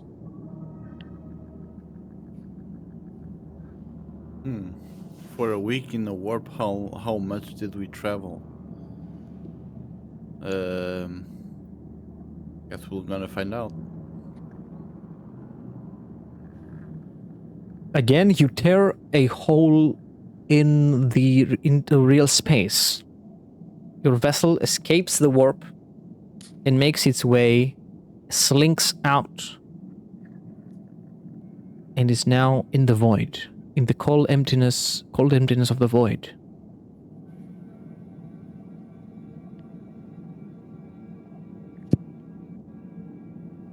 Congratulations, crew. You have made it. Brulius's voice echoes throughout the ship. Antioch rejoins the others, I guess in the common areas or something. Mm-hmm.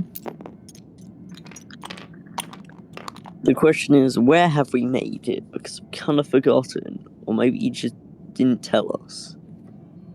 Yeah, I don't think anybody Yeah, had told you. he didn't tell us. Antioch told the others what it's planned, but Brulius himself didn't tell us where we would go next after the battle with the Rogue Trader.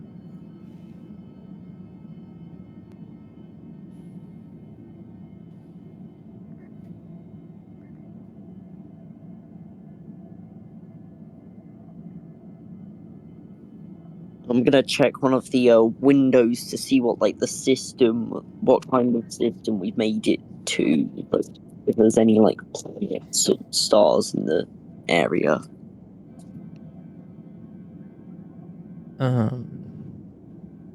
You find a group of individuals looking out of a closed shutter.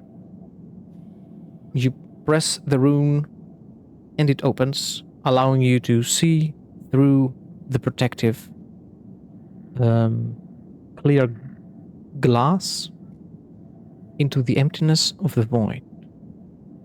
And in the distance, looking like a marble on a very dark, almost wine-colored sheet, you see a planet.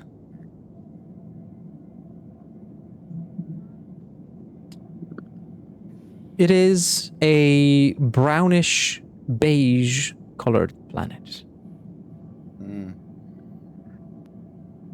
Looks like a desert planet, probably. Not much in the regards of huge bodies of water like oceans, seas, or anything of the sort. There is still water on it. You can still see some blue here and there. For the most not part, large oceans. yeah. It looks like a it looks like a pebble. A piece of clay flying through the vastness of the void.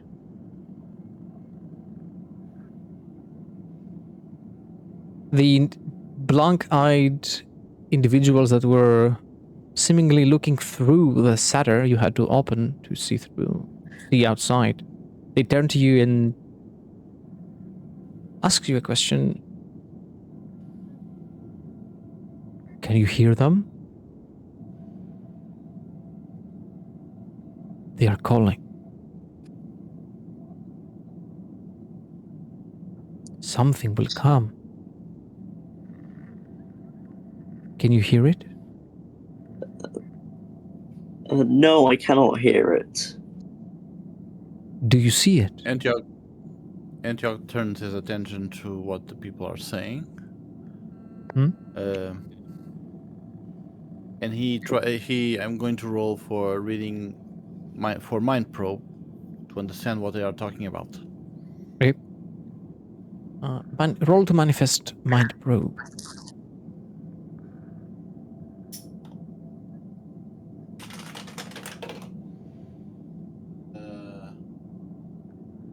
Okay, I pass. Just 1 degree of success. I have bad rolls today. I pass them, but they are too high. Still, 89. Mm-hmm. Does Antioch learn anything? Does he understand anything? You go through this individual's mind like an open book. Every moment of his life is open for you. You can see through every single one thing he's lived through. Every single thought he's had. And in his most recent memories, the ones that formed even before you had translated into real space, you feel something like a shadow, like his something was darkening his thoughts. Something was stealing his soul away. Oh wait, it must be the shadow demon things, maybe.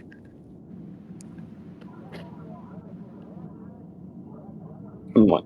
We heard one places into the walls.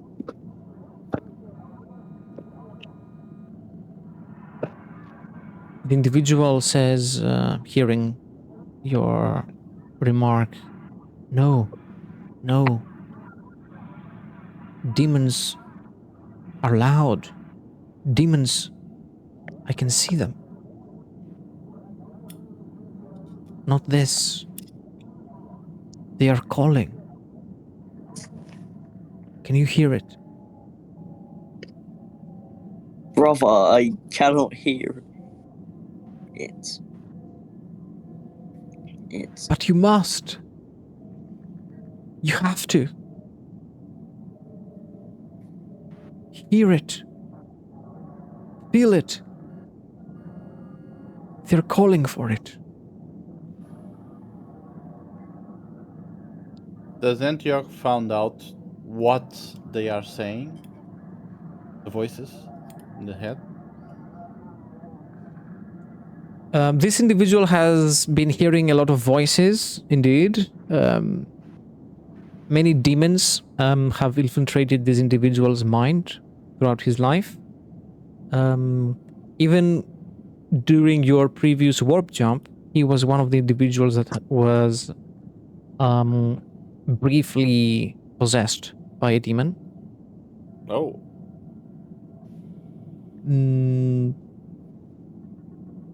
What they are talking about now seems to be something rather,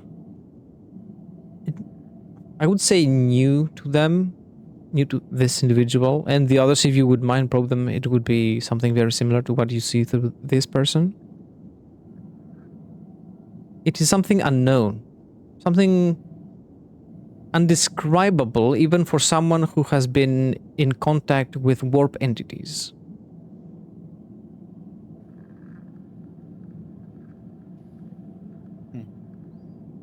Gravlax is gonna put his hand on his chainsword in case these voices in the dark decide that, yeah, hey, you should probably attempt to kill the Space Marine.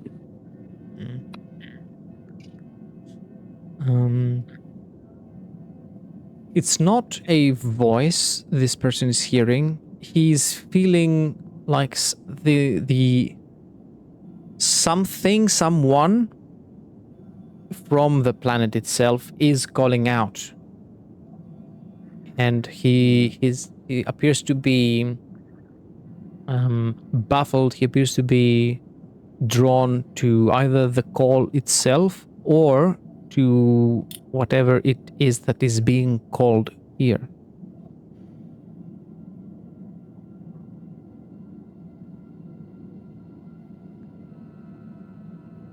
They are calling. Something in the planet. Can you hear it? Gravlax is gonna just step away from the viewport and step away from this individual. Or be like, again, brother, I do not hear it.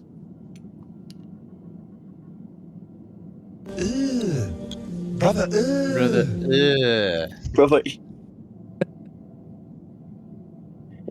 Antioch stares at the window for the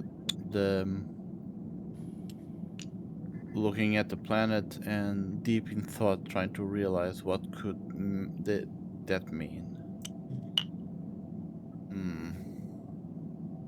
Roll Psyniscience test. Okay. So my Psyniscience is Perception. how much? Let's see. I Psyniscience want is 3 degrees of 6%. success at least. You want 3? Okay, so I have to roll. So if you want 3 degrees of success, that means I have to roll under 23.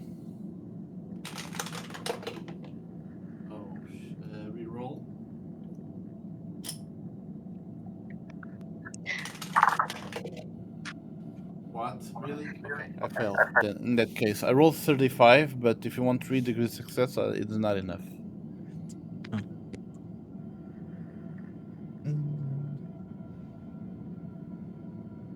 There are many slivers of psychic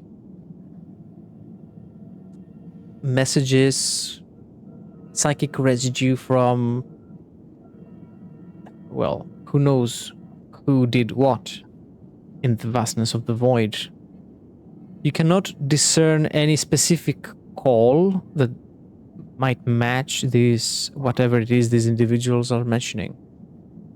It is something that is either beyond your grasp or something that is too under the radar for you to feel, to detect, to perceive.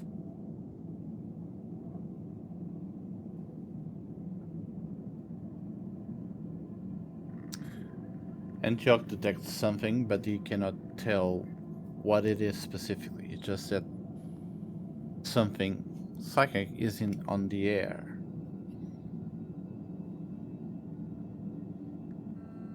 I guess that's all. Mm-hmm.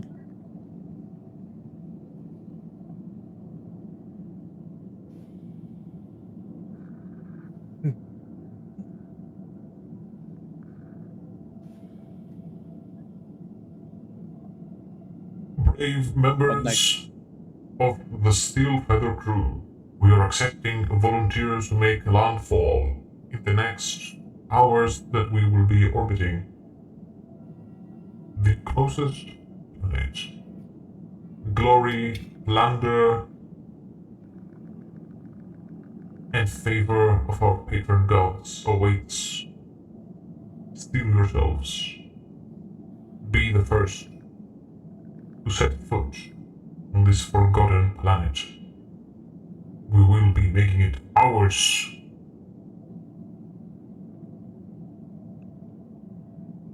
I get in line. Antioch looks at the others as, without saying a word, as is, let's go.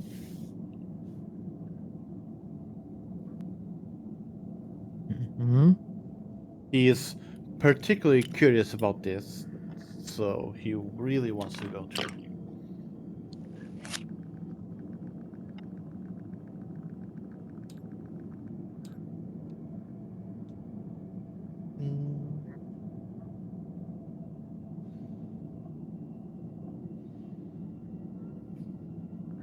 Let's see.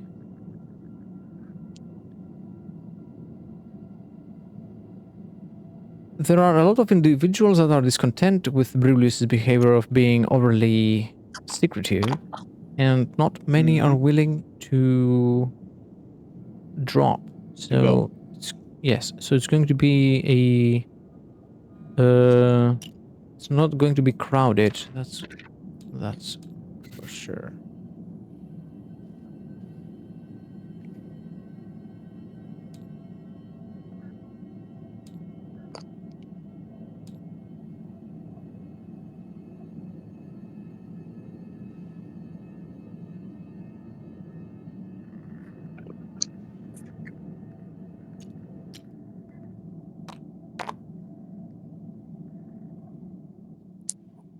And there it is. Different The environment. planet. It is a rather hot planet. Has a relatively high base temperature, over 40 degrees Celsius.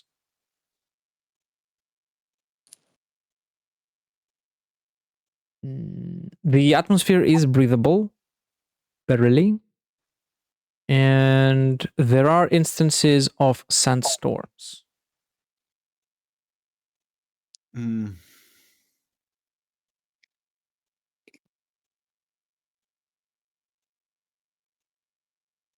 Gravelex is going to take a second to take in the beauty of being on a planet again after way too long in a ship. There's nobody Well, here to. I don't know. You go first. No, please. No. I wasn't really going to say anything. I was just saying, there's nobody here to fight. Looking around. For now. I know. Wait, no, there isn't.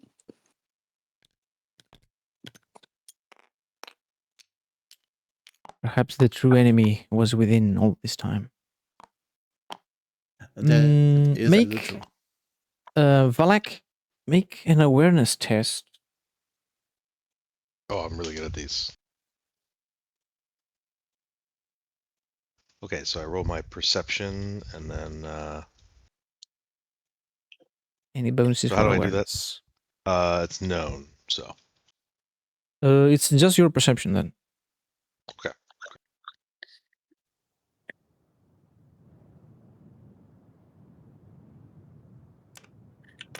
It's really high. What is that? Oh, it's a 15. My perception's a 30. Wow. What is a success? With an extra degree of success, even. Wow. What you find is nothing, which on itself isn't very promising, but you know that in environments like this, there are either insects or small critters that live in the dunes and the sandy plains. And when you take a closer look at things, it feels a lot like the place has been deforested by something. Either even a huge ritual might have done this, a virus bomb that specifically targets every form of organic life. Something has taken the life out of this place. So there's no flora too? Nothing. Just rock, just mineral. Yes. Uh, And when Can I make a what? Yes, go ahead. Can I make a Sinus test? Yes. If it's any like psychic residue, stronger, weaker than before, or something. Yes. So let's make. It's going to be the perception same 3 degrees. again. Okay, that's like.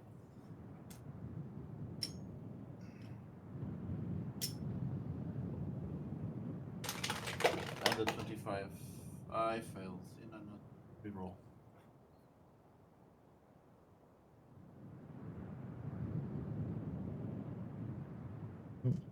It's a fail. So it's a fail, yes. Fail, like fail, not just not enough degrees. Again, the vastness, the emptiness of this planet does not give you the feeling of anybody calling. You do not perceive anything. It's empty. That's what it feels like. It is void.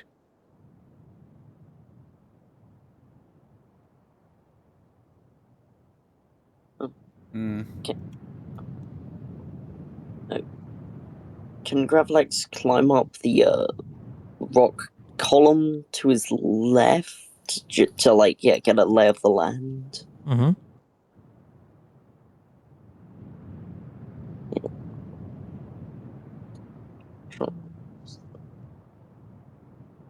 Is there like anything on the horizon, like a house? Or You see a large rock formation in the distance, which would be a prime hiding spot for anything that might be down here. It's either these rocks or whatever is here is buried deep under the sand.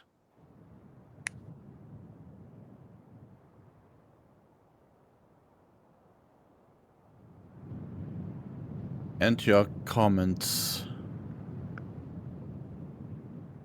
what could expunge all life from a planet? Maybe it's Terminatus or some virus, worldwide virus?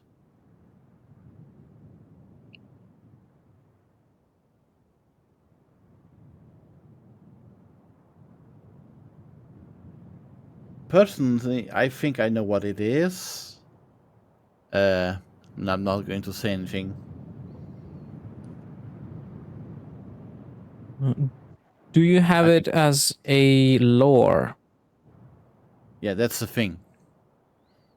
That would be like a little bit meta, because I don't know if Antioch could like discern that.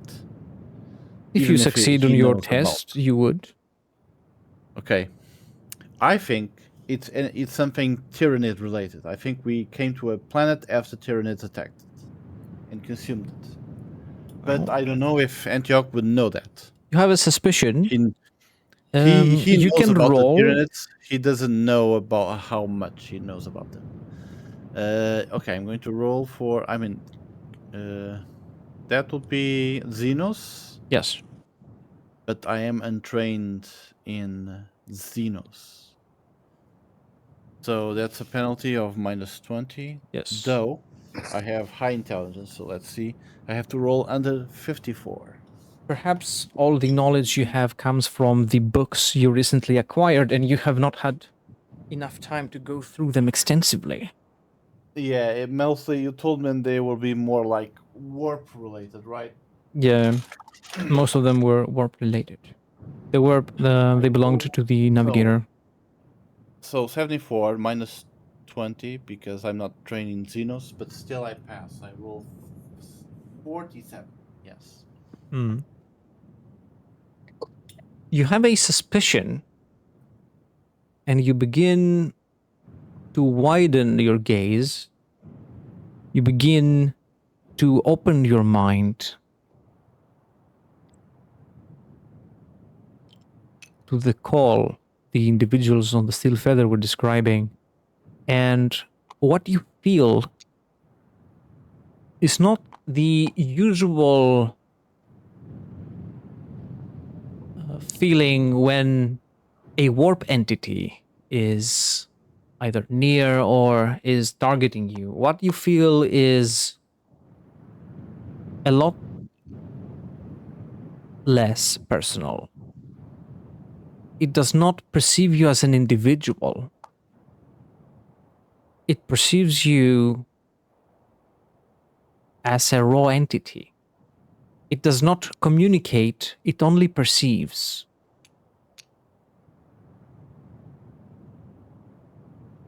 It does not respond. It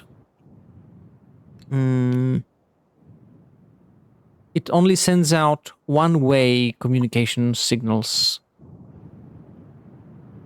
if that makes any sense. It does. But at the same time, what could what would be left on the planet that would do that, and why?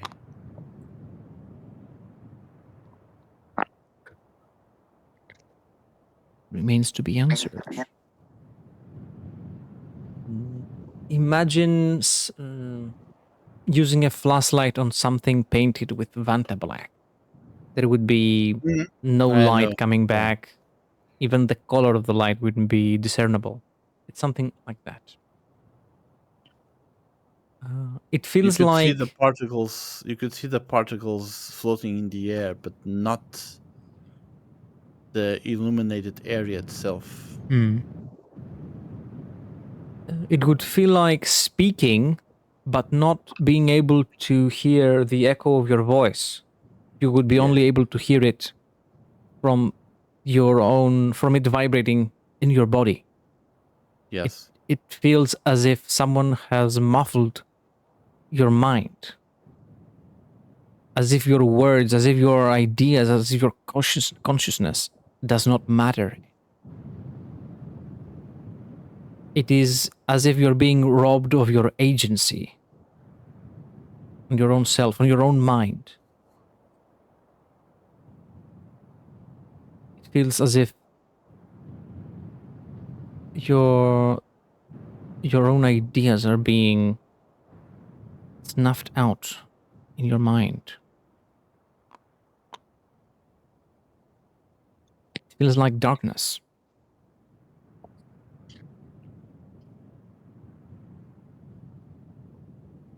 It's hiding in the mountains. The shadow feels thicker there. The mountains are far away from us, or they are like close by relatively? If you start sprinting at Space Marine's pace, you could be there within a couple of days. Okay. So And we still have a Otherwise- shuttle. you could have like a shuttle or a vehicle. A flyer or a any other form of vehicle would speed up the process, of course.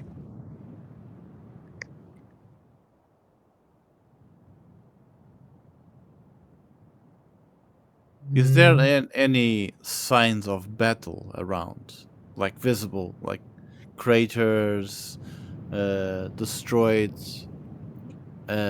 rock formations that could not be done naturally? Could be a tank hull.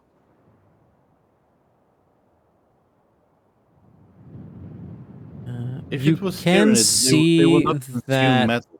there is a part of the rock formation you can observe from the top of that column there, that boulder, that looks like the remains of a quarry.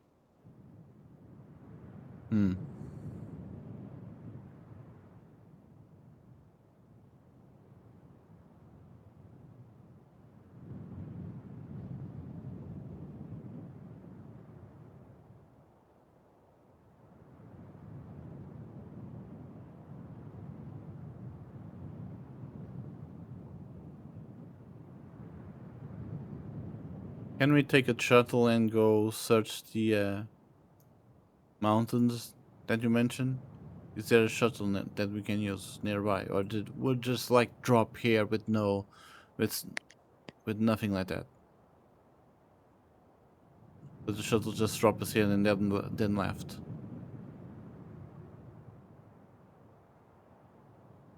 You were dropped off, and the vehicle would be doing a quick fly over the area and then would be returning back to the Steel Feather, potentially to bring down more personnel or material or whatever it might be, or just to, get out of harm's way in case something goes so bad. There is a Voxcast from the Steel Feather. Are you alright down there? What have you found? Is it safe? Antioch answers. It's all barren down there, here. We see no hostiles, we see no settlements, no structures, nothing. Just barren rock and wind.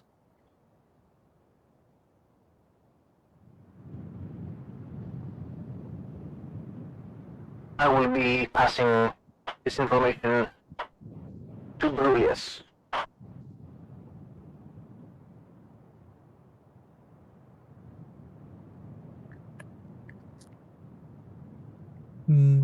The person contacting you through the Vox will continue on.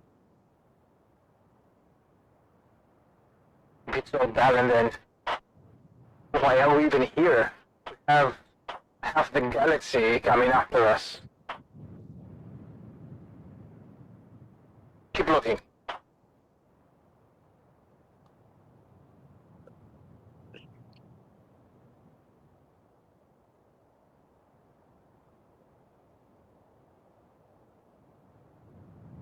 Should we maybe ask if we can get like a rendezvous to get a shuttle to bring us towards the more mountainous areas, see if there's anything there?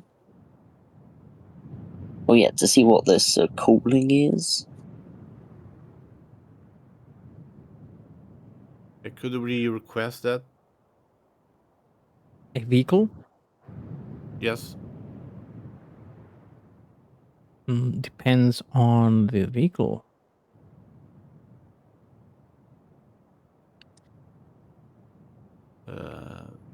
Like just a shuttle flyby to just bring us towards the moment. That would be a better option. You mean you don't want to hike? I don't want to hike for a couple days.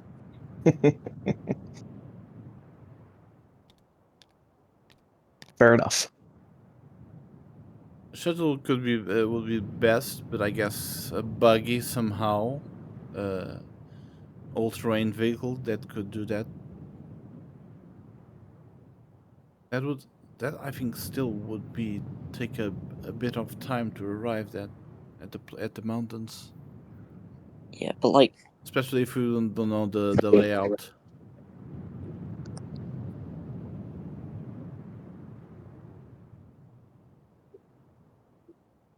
Right. So, if you were to request a vehicle,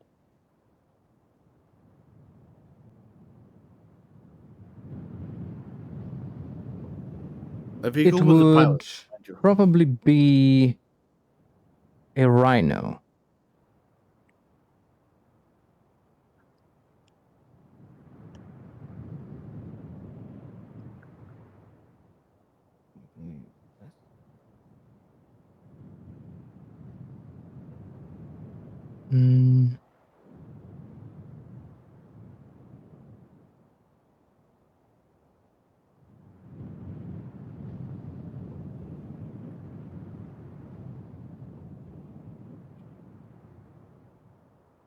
Mm, that would be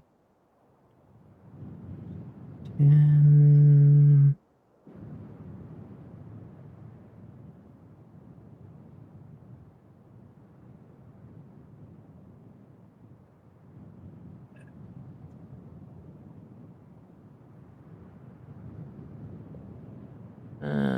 A +10 infamy test. Plus 10. I'll roll it. I have the higher infamy. Hmm? So 67 plus 10, 77.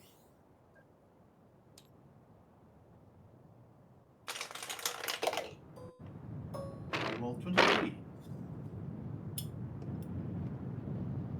I roll 23.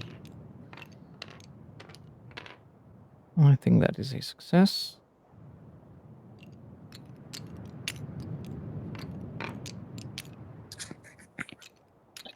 Uh-oh. Wow.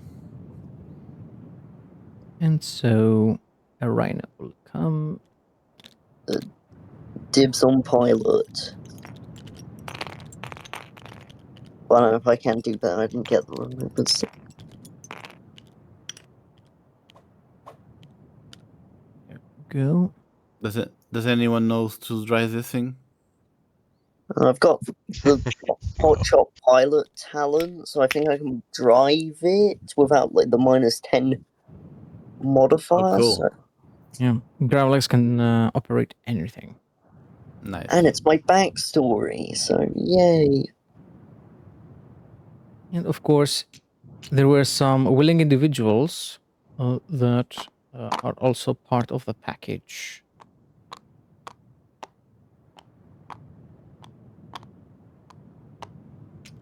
It's better than staying up on that ship any longer.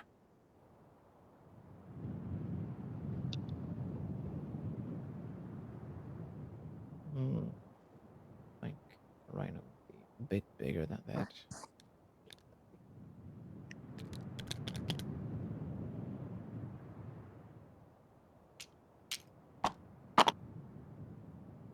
In they go. They have a seat. They fasten their seat belts. Put some music on. Put the AC on. They have the cup holder too. Yeah. Room.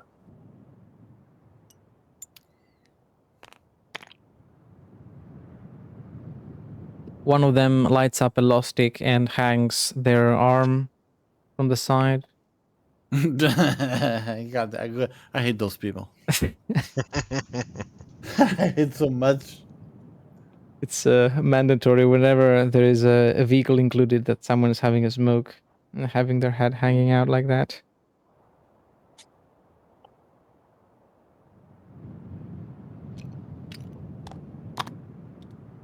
Didn't know that could include put him inside a vehicle.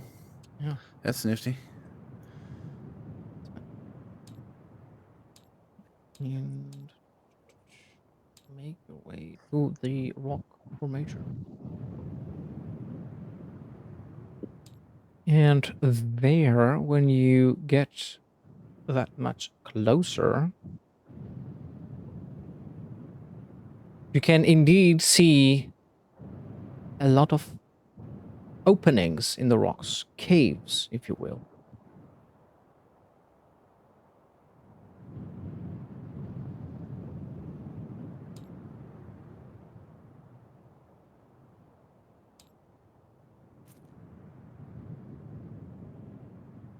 The mountain is hollow. Are we going to the mountains of madness? Not this time. We're not in the Okay. ghoul stars.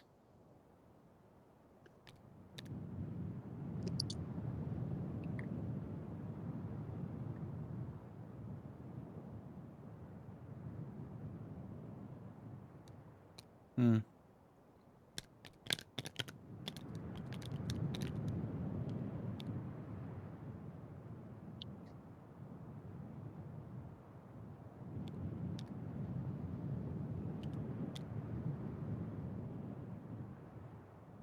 And that's what it roughly looks like.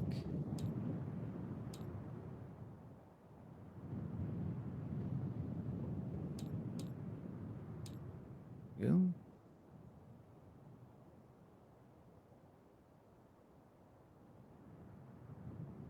Is it snowy?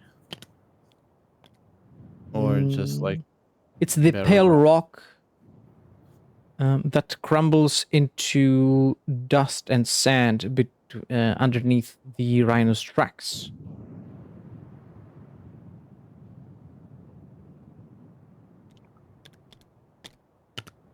Going deeper inside the caves, you start seeing something shiny on the walls. You see these green and red crystals. Hmm. That's sick. Warpstone. Hmm. That's mine now. Yes, yes.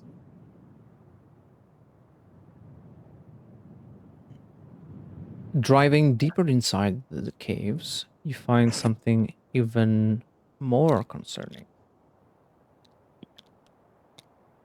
Half-eaten apples. Half Wait a eaten minute. many things. Yes. These are salmon steaks. Giant salmon steaks. Mm, This is a model from Skyrim. Or if it's true. not, very similar. It looks like it is. I heal myself by eating a wheel of cheese mid-combat. One? Just one? Many. As many as I All can of shove them. in my mouth. Yeah. And That's drinking like really cool. a ton of soup. Like, real cheese. Antioch and Nephrin, I want you to roll as if you were concentrating. As if you were rolling to concentrate on on a psychic ability? Okay. Roll for a specific result or just. I think. Well, I do not remember what type of test it is. I have to look it up. But staining.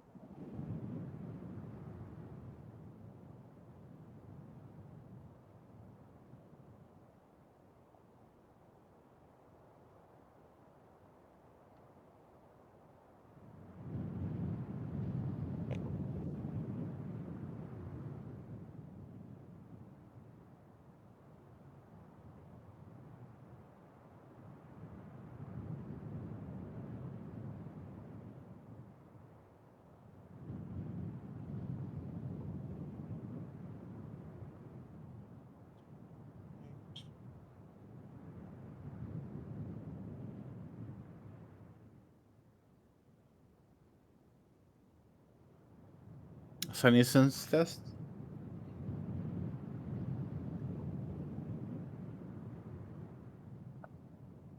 No.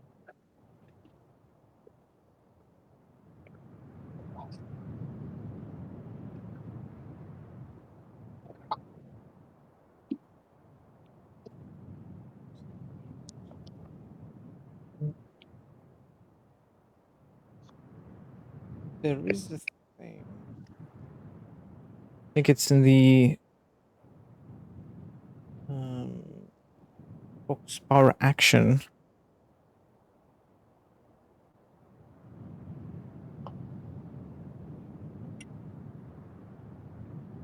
Fox power.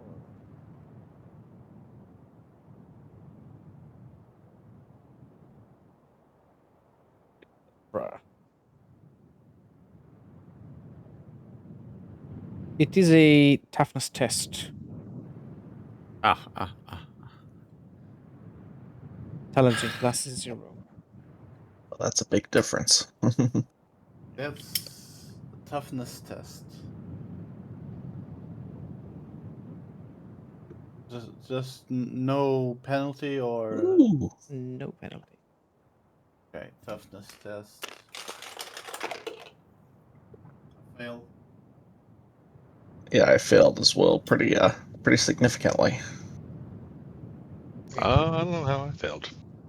I failed though. You would not be able to focus for any psychic power for this round. For the first round. Good. Yes, for this round.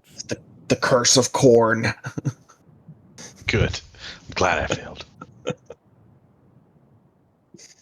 It's probably the rhino rocking too much.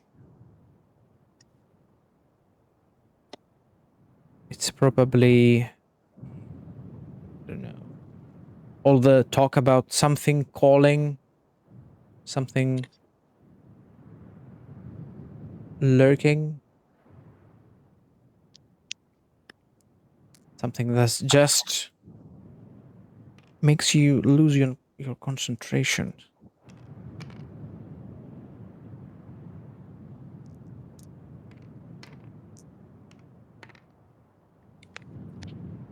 Whatever it might be, it's stealing away your ability to wield your power as if you normally would.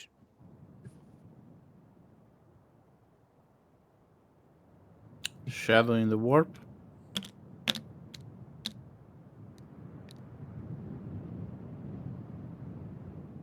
Yeah, is this a warp ability being used on us? It is a psychic effect. Gravlax might ask someone to arm the Stormbolt on the roof.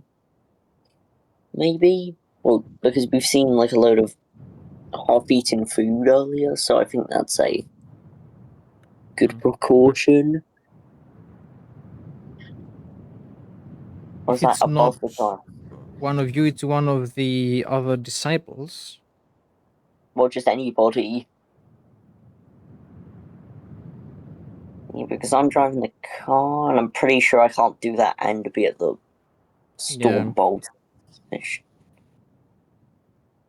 Yeah, if this is a psychic ability, I have strong-minded. Oh, So so am I, but we made a toughness test. It's different. okay, so it's more like an environmental effect than an actual psychic ability. Okay, Probably. it was warpstone. I mean, doesn't that usually empower magic? Not like. I don't know. I'm not as good at the Warhammer lore, unfortunately. Just strong-minded. Against psychic attacks. Yeah, it's about willpower test. Oh. The strong-minded is about willpower test, so this toughness test would Yeah. be wouldn't Okay. Would not apply. would So not be they applying. have Yeah. to. Do we have to re-roll? No, no.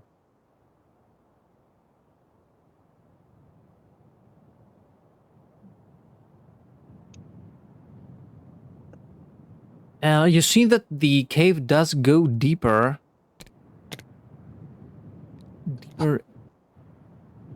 in both ways, both farther in and down.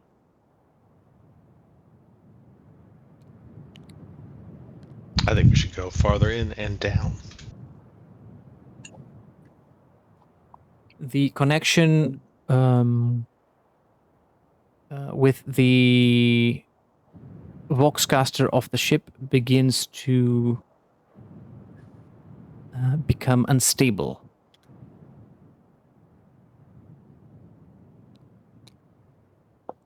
Before I can, before it goes completely, I'm gonna be like, this is Gravlex speaking. We've entered a cave in the mountains. There is something in here. There is something in here. We are going further in. We can't upkeep Vox anymore. And, like, give like timestamps and stuff.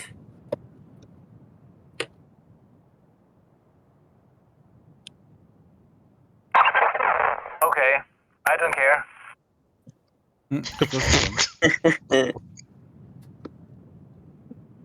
Well, good for him, I guess. Look, I'm just trying to tell you At least that he responded. I mean, I guess that's something. I'm just telling you in case we don't call for extract. Extract. See, that's why I never tell anyone where I'm going. I explain.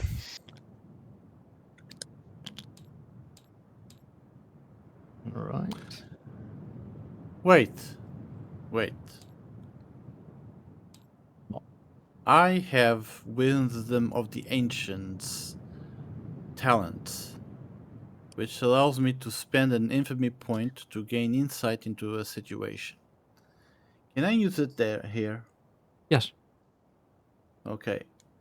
Just to figure out what's happening here. So I will spend that infamy point, and what does Antioch realizes?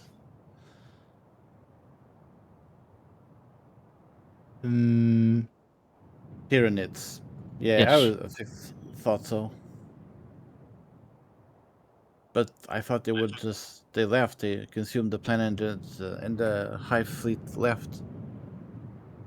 Or there were some strangles here. That would be unusual. It can be many things. It is a given that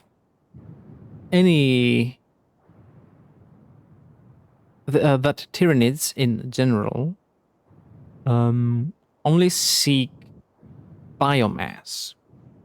So it's probably that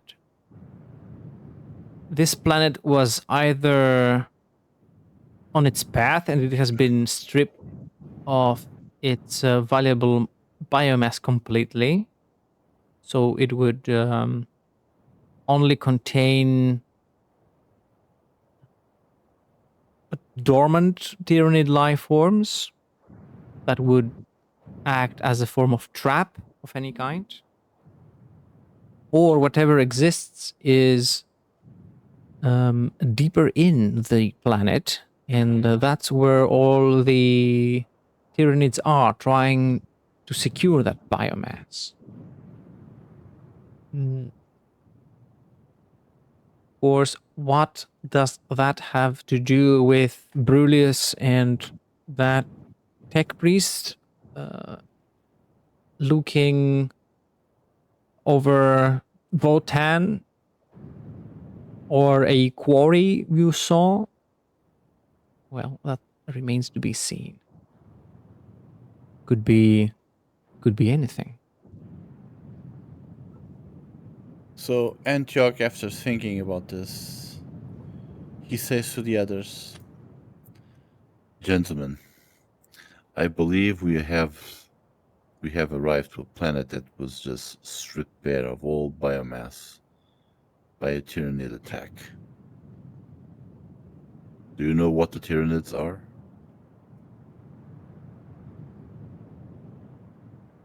A hive mind consisting of several hive fleets attacking our galaxy, consuming all life. And this planet might have been a battlefield where its defenders just were wiped out and consumed. However, I cannot tell why those people in the spaceship were calling. If there was some remnant still here in this planet of something. I cannot tell if it's its original inhabitants or the Xenos invaders.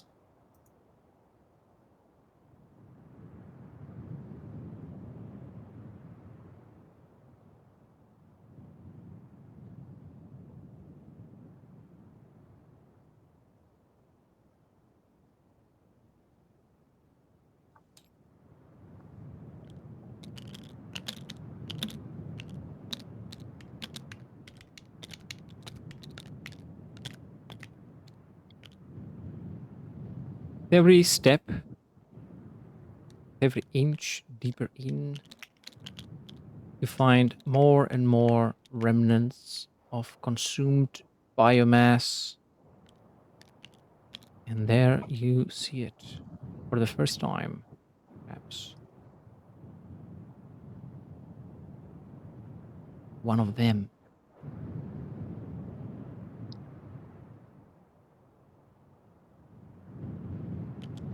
The moment it detects you, it scuttles away. It climbs on the rock and goes away in the darkness of the cave.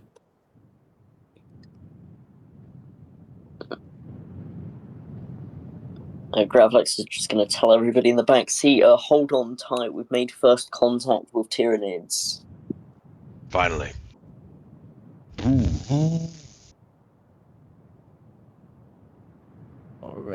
The other disciples complain about the promethium fumes coming from the chain axis. They cough. They cannot breathe. Well, I'm glad open the I bloody have, window. Yeah. I don't notice because I have the osmotic gills, so Yeah. they're sealed. My thing is sealed. Yeah. Like a motorbike is running in there. Excellent. Inside the garage, yep. I'm wondering, does like the end of the rhino open up, like on the top side? Because I don't know. It looks like both can open up. Yeah. Well, I might open it then tell them to like get on a firing deck if they've got ranged weapons. Well, I'm pretty sure this thing is firing. Well, does this have firing deck in the game? Well, I mean, It depends. I think you can have this. What do you call that? Stormbolter. Yeah, you can have that top-mounted gun, whatever it might be, either a Stormbolter or anything else. And it might also have like a sponsor gun. Don't know about the missile launcher pod there. Not sure, but it's not too far-fetched. This specific one you've got, I say, has the Stormbolter. Does not have. Well, it might have the missile pod, but it does not have any missiles on it. I'm gonna tell someone to get on the storm bolter and shoot any other Tyranids. Mm. One of the disciples eagerly opens the hatch and whoops, and gets on top. I don't have high hopes for this cultist's arms. I mean, it's on a armor mount, something, yeah. I mean, on a mount. Mm. You can roll a scrutiny test. Scrutinio. To see, Scrutiny perception. to make out if this individual is in any way, shape, or form capable of handling the Astartes storm bolter mounted on the rhino there.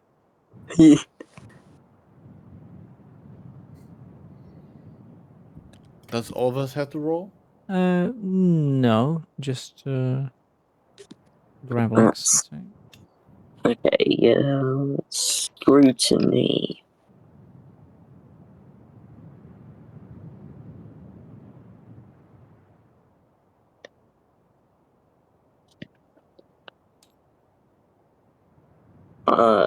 I'm pretty sure that's gonna be a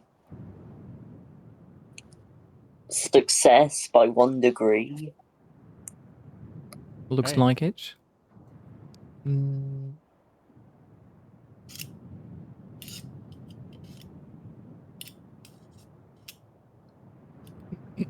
Mm.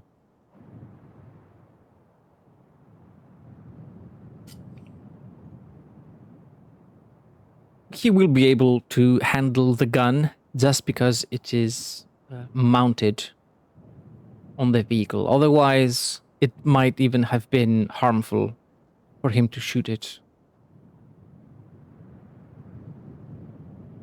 Okay, if you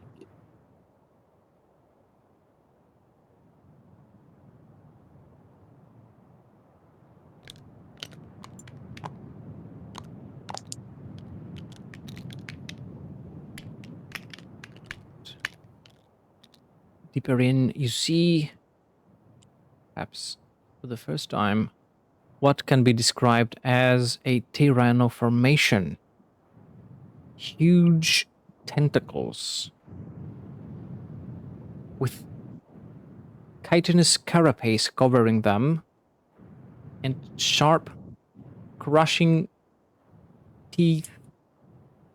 These serrated limbs could crash this rhino like a piece of paper if it were to drive close enough, of course.